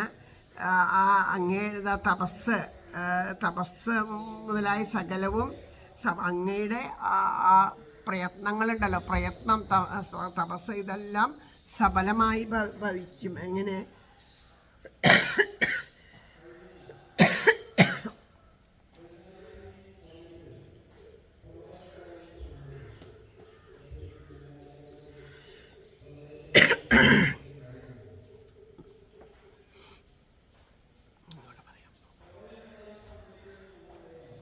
ശ്രീനാരദ മഹർഷി പറയണു, വേദവ്യാസരോട് പറയണം, അങ്ങയുടെ തപസ്, അങ്ങയുടെ പരിശ്രമം അത് സകലവും സഫലമായിട്ട് തീരും. എങ്ങനെ സഫലമായിട്ട് തീരും?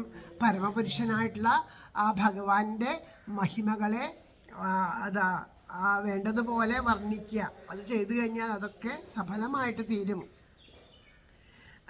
ആ കീർത്തന മാത്രയിൽ തന്നെ അറിവില്ലായ്മ നീങ്ങിയിട്ട് അവിടെ അറിവില്ലായ്മ നീങ്ങിയിട്ട് ഈശ്വരനിൽ ഭക്തി ഉണ്ടാവണം. എങ്ങനെ കീർത്തിക്കുമ്പോൾ? പരമഭക്തിയോട് കൂടിയിട്ട് ഈശ്വരനാമങ്ങൾ ജപിക്കുമ്പോൾ അവിടെ ആ പരമമായിട്ടുള്ള ഭക്തി ഉണ്ടാവുകയാണ്. അങ്ങനെ ആ അവസ്ഥയിൽ കൂടുതൽ ഈശ്വര കഥകളെ, ഈശ്വരൻ്റെ മഹിമകളെ പറ്റി പറഞ്ഞുകൊണ്ടും കേട്ടുകൊണ്ടും കഴിയുന്ന സമയത്ത് ആ ഭക്തവാത്സല്യത്തെ, ഈശ്വരൻ്റെ ഭക്തവാത്സല്യത്തെയും അതിനെയൊക്കെ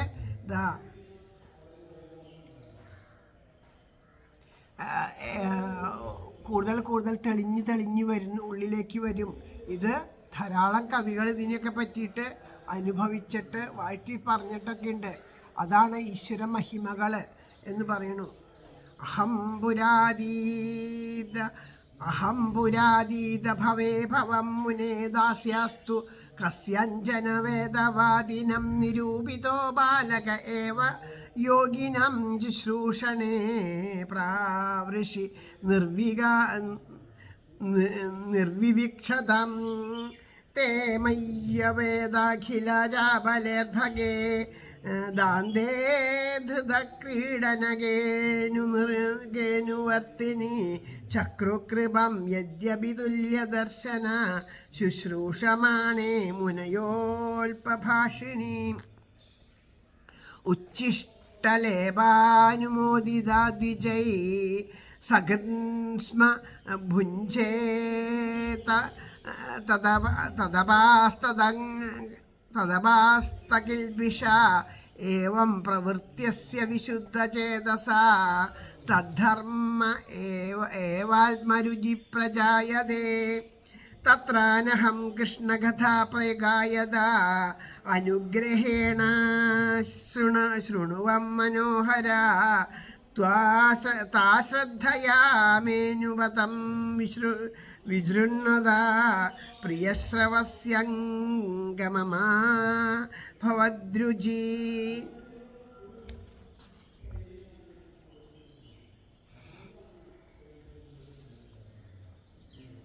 ഇത്രയൊക്കെ ആ ഭഗവാന്റെ കഥകളെ വർണ്ണിക്കൂ എന്ന് പറഞ്ഞതിന് ശേഷം പിന്നീട് ശ്രീനാരദർ പറയുന്നു, ജനിച്ചു ഞാൻ വൈദിക ഭൃത്യയിങ്കൽ മുൻജന്മത്തിലെന്നിട്ടു നിയക്തനായി മുനെ പ്രാവൃതാചാരികളായ യോഗികൾക്കവശ്യ ശുശ്രൂഷകൾ ചെയ്യുവാൻ ക്രമാൽ ഞാനെന്ന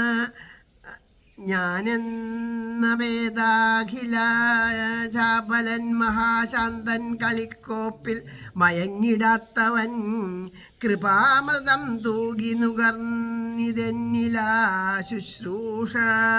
ശുശ്രൂഷണം വ്യഗ്രത കണ്ട യോഗികൾ ഭുജിച്ചു ശിഷ്ടത്തെയൊരൊറ്റ നേരമാ ദ്വിജപ്രസാദേന വിമുക്തപാപനായി ഏവം പ്രവർത്തിച്ച മദീയ ചേതനയ്ക്കുണ്ടായി തൽധർമ്മ വിശുദ്ധിയാൽ രുചി.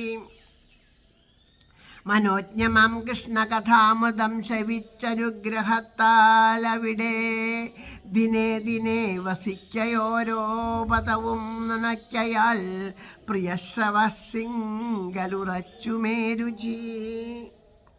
അപ്പോൾ പറയണു, നീ ഇങ്ങനെ ആ ഭഗവാന്റെ മഹത്വത്തെ പറ്റി പറഞ്ഞിട്ട് ഈ നാരദ മഹർഷിയോട് അല്ലേ, നമ്മളോട് ഒരാളോട് ആ ഭഗവാന്റെ കഥ പറയൂ, ഭഗവാന്റെ മഹത്വത്തെ പറ്റിയിട്ട് പറയൂ എന്ന് കുറേ പറയുമ്പോൾ നമ്മുടെ ഉള്ളിൽ തോന്നും, ഇത്രയൊക്കെ അങ്ങനെ പറയാൻ ഇവർക്ക് ഇപ്പം എന്താ ഭഗവാനെ പറ്റിയിട്ട് എങ്ങനെ അറിയാം, ആ ഭഗവാന്റെ ആ മഹത്വം എങ്ങനെ മനസ്സിലായി എന്ന് നമുക്ക് നമ്മുടെ ഉള്ളിൻ്റെ ഉള്ളിലൊരു ചോദ്യം ഉണ്ടാവും അല്ലേ, നമ്മളെപ്പോലെയുള്ളവരുടെ ഉള്ളിൻ്റെ ഉള്ളിൽ അല്ലേ. അപ്പോൾ സ്വന്തം അനുഭവം, അവർക്ക് അങ്ങനെ ഉണ്ടായില്ലേ ഇവർക്ക് ഇങ്ങനെ ഉണ്ടായില്ലേ എന്നുള്ളതല്ല പറയണേ, സ്വന്തം അനുഭവത്തെ ഇവിടെ ശ്രീനാരദ മഹർഷി പറയാണ്, അവനവൻ്റെ സ്വന്തം അനുഭവത്തെ പറയുന്നു. എന്താ അനുഭവം എന്ന് വെച്ചിട്ടുണ്ടെങ്കിൽ ആ സത്സംഗം നിമിത്തം സിദ്ധിക്കുന്ന ആ ഹരികഥയുടെ ശ്രവണം കൊണ്ട് ഉണ്ടായ ഫലത്തെ എങ്ങനെയാണ് അനുഭവമായത്. ഞാനിന്ന് ശ്രീനാരദ മഹർഷിയായിട്ട് അങ്ങയുടെ മുമ്പിൽ നിൽക്കുന്നുണ്ടെങ്കിൽ അത് സത്സംഗത്തിൻ്റെ ഫലമായിട്ട് എനിക്ക് ലഭിച്ചിട്ടുള്ള ഹരികഥാശ്രവണത്തിൻ്റെ അനുഗ്രഹമാണ് എന്ന് പറയാണ്. കാരണം കഴിഞ്ഞ ജന്മത്തിൽ, എൻ്റെ പൂർവ്വജന്മത്തിൽ വേദവാദികളായിട്ടുള്ള ബ്രാഹ്മണന്മാരുണ്ടല്ലോ, അവരുടെ ഒരു ദാസിയുടെ പുത്രനായിട്ടാണ് ജനിച്ചത്. അപ്പോൾ അങ്ങനെ ചെറുപ്പത്തിൽ തന്നെ ഈ ബ്രാഹ്മണന്മാരൊക്കെ അവിടെ ധാരാളം വരും. അപ്പോൾ ചാതുർമാസ്യം അനുഷ്ഠിക്കാനായിട്ട് പല ദിക്കിൽ നിന്നും ബ്രാഹ്മണന്മാരും യോഗികളൊക്കെ വരും. അപ്പോൾ അവരെയൊക്കെ ശുശ്രൂഷിക്കാനായിട്ട് എന്നെ നിയോഗിച്ചു. എനിക്കാണെങ്കിൽ ഒരുപാട് ഇഷ്ടമായിരുന്നു അവരെ ശുശ്രൂഷിക്കാൻ. എല്ലാവരെയും ഒരുപോലെയാണ് എല്ലാവരെയും മുനികൾ കാണുക, എല്ലാവരെയും ഒരുപോലെയൊക്കെ കാണുകയാണ് എന്നുണ്ടെങ്കിലും ശരിക്കും ചെറുപ്പത്തിലെ കൊച്ചുകുട്ടിയാണ് ഞാൻ, അത്രയൊന്നും പ്രായമായിട്ടില്ല. 5-6 വയസ്സൊക്കെ ആയ കുട്ടികൾക്ക് എപ്പോഴും ഉണ്ടാവുക, ഇഷ്ടം കളിക്കണം എന്നൊക്കെ ഇഷ്ടം, കളിക്കോപ്പുകളും അതൊക്കെ ഇഷ്ടം. പക്ഷേ എനിക്ക് ഇവരുടെ കൂടെ ഇരുന്ന് ഭഗവാന്റെ കഥകൾ കേൾക്കാനും നാമം ജപിക്കാനും അവർ ചെയ്യുന്ന പൂജാതി കർമ്മങ്ങളിൽ അതിലൊക്കെയായിരുന്നു എനിക്ക് ശ്രദ്ധ. ഞാനതൊക്കെ അത്ഭുതത്തോടു കൂടിയിട്ട് താല്പര്യത്തോടു കൂടി നോക്കി നിൽക്കും.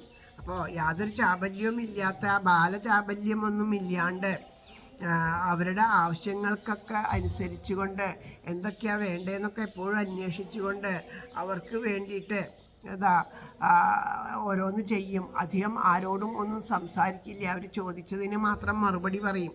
അങ്ങനെ അവരെ ശുശ്രൂഷിച്ചത് അങ്ങനെ ഇരിക്കുന്ന ആ സമയത്ത് അവരുടെ ഉള്ളിൽ ആ ഭഗവാൻ, കാരണം ഋഷീശ്വരന്മാരും ഭഗവാനൊക്കെ ഒരുപോലെയാണ്, അവരുടെ ഉള്ളിൽ ആ കാരുണ്യം ഉണ്ടായി. ആ കാരുണ്യം ഉണ്ടായപ്പോൾ അവരെന്ത് ചെയ്തു, അവരുടെ അവിടെയുള്ള ആ ഭക്ഷണമൊക്കെ കഴിഞ്ഞ് കഴിഞ്ഞാൽ അതിൻ്റെ പ്രസാദമായിട്ട് ആ പദാർത്ഥങ്ങളെയൊക്കെ എന്നോട് എടുത്തോളാൻ പറയും. അപ്പോൾ ആ ഋഷീശ്വരന്മാർ ഭക്ഷിച്ചതിൻ്റെ ശേഷം അതിൽ നിന്ന് ബാക്കി വരുന്ന ആ പ്രസാദം ഉണ്ടല്ലോ, അതായത് അവർ ഭക്ഷിച്ച പാത്രത്തിൽ നിന്നല്ല പറഞ്ഞ അവർക്കൊക്കെ കൊടുത്തിട്ട് ബാക്കി വരുന്ന പ്രസാദം. അപ്പോൾ ആ പ്രസാദം ഈശ്വരന് നിവേദിച്ചിട്ട് ബാക്കി വരുന്ന പ്രസാദം എന്നുള്ള ഭാവത്തിൽ അതൊക്കെ സന്തോഷത്തോടു കൂടിയിട്ട് കഴിച്ചു. അപ്പം അങ്ങനെ ആ മഹാത്മാക്കളുടെ കയ്യിൽ നിന്ന് ആ പ്രസാദം കഴിച്ചതിൻ്റെ വൈഭവം തന്നെയായിരുന്നു അത്. അതുകൊണ്ട് എൻ്റെ മനസ്സ് കൂടുതൽ കൂടുതൽ പരിശുദ്ധമായി. അത് നിമിത്തം ഇതാ അവിടെ നടന്നു വരുന്ന ആ ഈശ്വര ഭജനത്തിൽ എനിക്ക് കൂടുതൽ കൂടുതൽ എൻ്റെ മനസ്സ് അതിലങ്ങോട്ട് ഉറച്ചു പോയി. അങ്ങനെ എൻ്റെ മനസ്സ് ഈശ്വര കഥകളിൽ ഉറച്ചു പോയിട്ട് അവർ എല്ലാ ദിവസവും കൃഷ്ണകഥകളെ പറ്റിയിട്ട് കൃഷ്ണൻ്റെ ഓരോരോ മഹിമകളെ ഇങ്ങനെ വാഴ്ത്തി പാടും. അത് കഴിഞ്ഞ് കീർത്തനങ്ങളൊക്കെ പാടുമ്പോൾ അതിൽ ലയിച്ച് അതിങ്ങനെ കേട്ടുകൊണ്ട് ആനന്ദത്തോടു കൂടിയിട്ട് അതിൽ ലയിച്ചിരിക്കാനും ഒക്കെ എനിക്ക് സാധിച്ചു. അങ്ങനെ എൻ്റെ മനസ്സിനെ എല്ലാവിധത്തിലുള്ള ദുഃഖങ്ങളെയും ഹരിക്കുന്ന ഹരി എൻ്റെ മനസ്സിനെയും ഹരിച്ചു എന്ന് വെച്ചാൽ മോഷ്ടിച്ചു എന്ന് തന്നെ അർത്ഥം.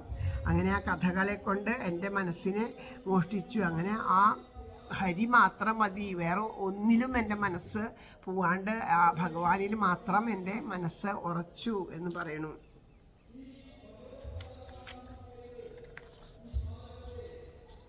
ഹരേ കൃഷ്ണ.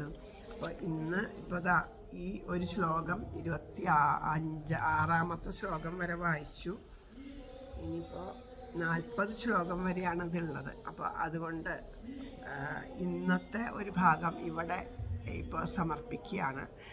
അടുത്ത ഭാഗം അടുത്ത ദിവസം പാരായണം ചെയ്തിട്ട് അങ്ങനെ നമ്മൾ ഒരധ്യായം എന്നുള്ള കണക്കിൽ വായിക്കാൻ സാധിക്കുമെന്നൊന്നും അറിയില്ല. കാരണം കുറച്ച് കഴിഞ്ഞാൽ നമുക്ക് സാധിക്കും. ഇപ്പോഴത്തെ ഒരവസ്ഥയിൽ അത് സാധിക്കുമെന്ന് അറിയില്ല.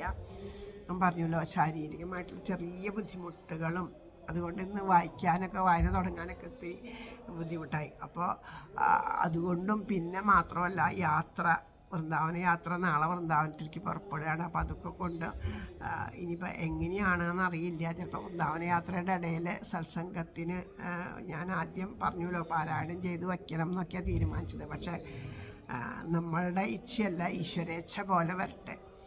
അപ്പോൾ ആ വൃന്ദാവനത്തിൽ ഇരുന്നു കൊണ്ട് ഈ ഒരു ഉദ്യമം വേണ്ടതുപോലെ സമർപ്പിക്കാൻ സാധിക്കണമെന്ന് തന്നെയാണ് ഇത്തവണ രാധാകൃഷ്ണന്മാരോട് എനിക്ക് പ്രാർത്ഥിക്കാനുള്ളത്. വേറെ ഒന്നും പ്രാർത്ഥിക്കാനില്ല. അപ്പോൾ അത് പ്രാർത്ഥിച്ചുകൊണ്ട് ഈ വാക്കുകൾ ഇപ്പോൾ തൽക്കാലം ഈ നാരദരുടെ ആ പ്രേമഭക്തി നിറഞ്ഞ ആ ഒരു ഉണ്ണിക്കുട്ടൻ, നാരദരുടെ പൂർവ്വജന്മത്തിൽ ആ ഉണ്ണിക്കുട്ടനെ നമുക്ക് മനസ്സിൽ നിറച്ചുകൊണ്ട് ആ ഉണ്ണിക്കുട്ടനെയൊക്കെ സ്മരിച്ചുകൊണ്ട് ആ കൊച്ചു കുഞ്ഞിൻ്റെ ആ ഭാവത്തെ മനനം ചെയ്തുകൊണ്ട് അല്ലേ നമ്മളിതൊക്കെ പറയുമ്പോൾ നമ്മുടെ ഉള്ളിൽ കാണണം. ആ ഒരു കൊച്ചു കുഞ്ഞ് വരണതും ഇരിക്കണതും ആ കളിക്കാനൊക്കെ കൂട്ടുകാരും ഒന്ന് വിളിക്കുമ്പോൾ ഞാനില്ല പൊക്കോളാൻ പറഞ്ഞാൽ അവരെയൊക്കെ പറഞ്ഞേക്കണതും ഈ കഥകൾ കേട്ടുകൊണ്ടുകൂടി ഇരിക്കണതുമായിട്ടുള്ള ആ ഒരു അത്യത്ഭുതമായിട്ട് ആ വിടർന്ന കണ്ണുകളോട് കൂടിയിട്ട് അത്ഭുതത്തോടു കൂടിയിട്ട് അവരൊക്കെ നോക്കിയിരിക്കുന്നതായിട്ട് ആ കൊച്ചുണ്ണിയെ നമ്മുടെ ഉള്ളിൽ നിറഞ്ഞ് കാണണം. അപ്പോഴാണ് നമുക്കിതൊക്കെ അനുഭവമായിട്ട് തീരുള്ളൂ. എല്ലാവർക്കും അതൊക്കെ അനുഭവമായിട്ട് തീരട്ടെ. ബാക്കി ഭാഗങ്ങൾ നാളെ വായിക്കാൻ ഗുരുവായൂരപ്പൻ അനുഗ്രഹിക്കട്ടെ എന്ന് പ്രാർത്ഥിച്ചുകൊണ്ട് ഈ വാക്കുകൾ ഇവിടെ സമർപ്പിക്കുകയാണ്. സർവത്ര ഗോവിന്ദനാമ സങ്കീർത്തനം. ഗോവിന്ദ ഗോവിന്ദ ശ്രീഹരയേ നമ. ഹരേ ഗുരുവായൂരപ്പ ശരണം. നാരായണാഖില ഗുരോ ഭഗവൻ നമസ്തേ. ജയ് ജയ് ശ്രീ രാധേശ്യാം രാധേശ്യാം രാധേശ്യാം. സത്യം രാധാ സാധന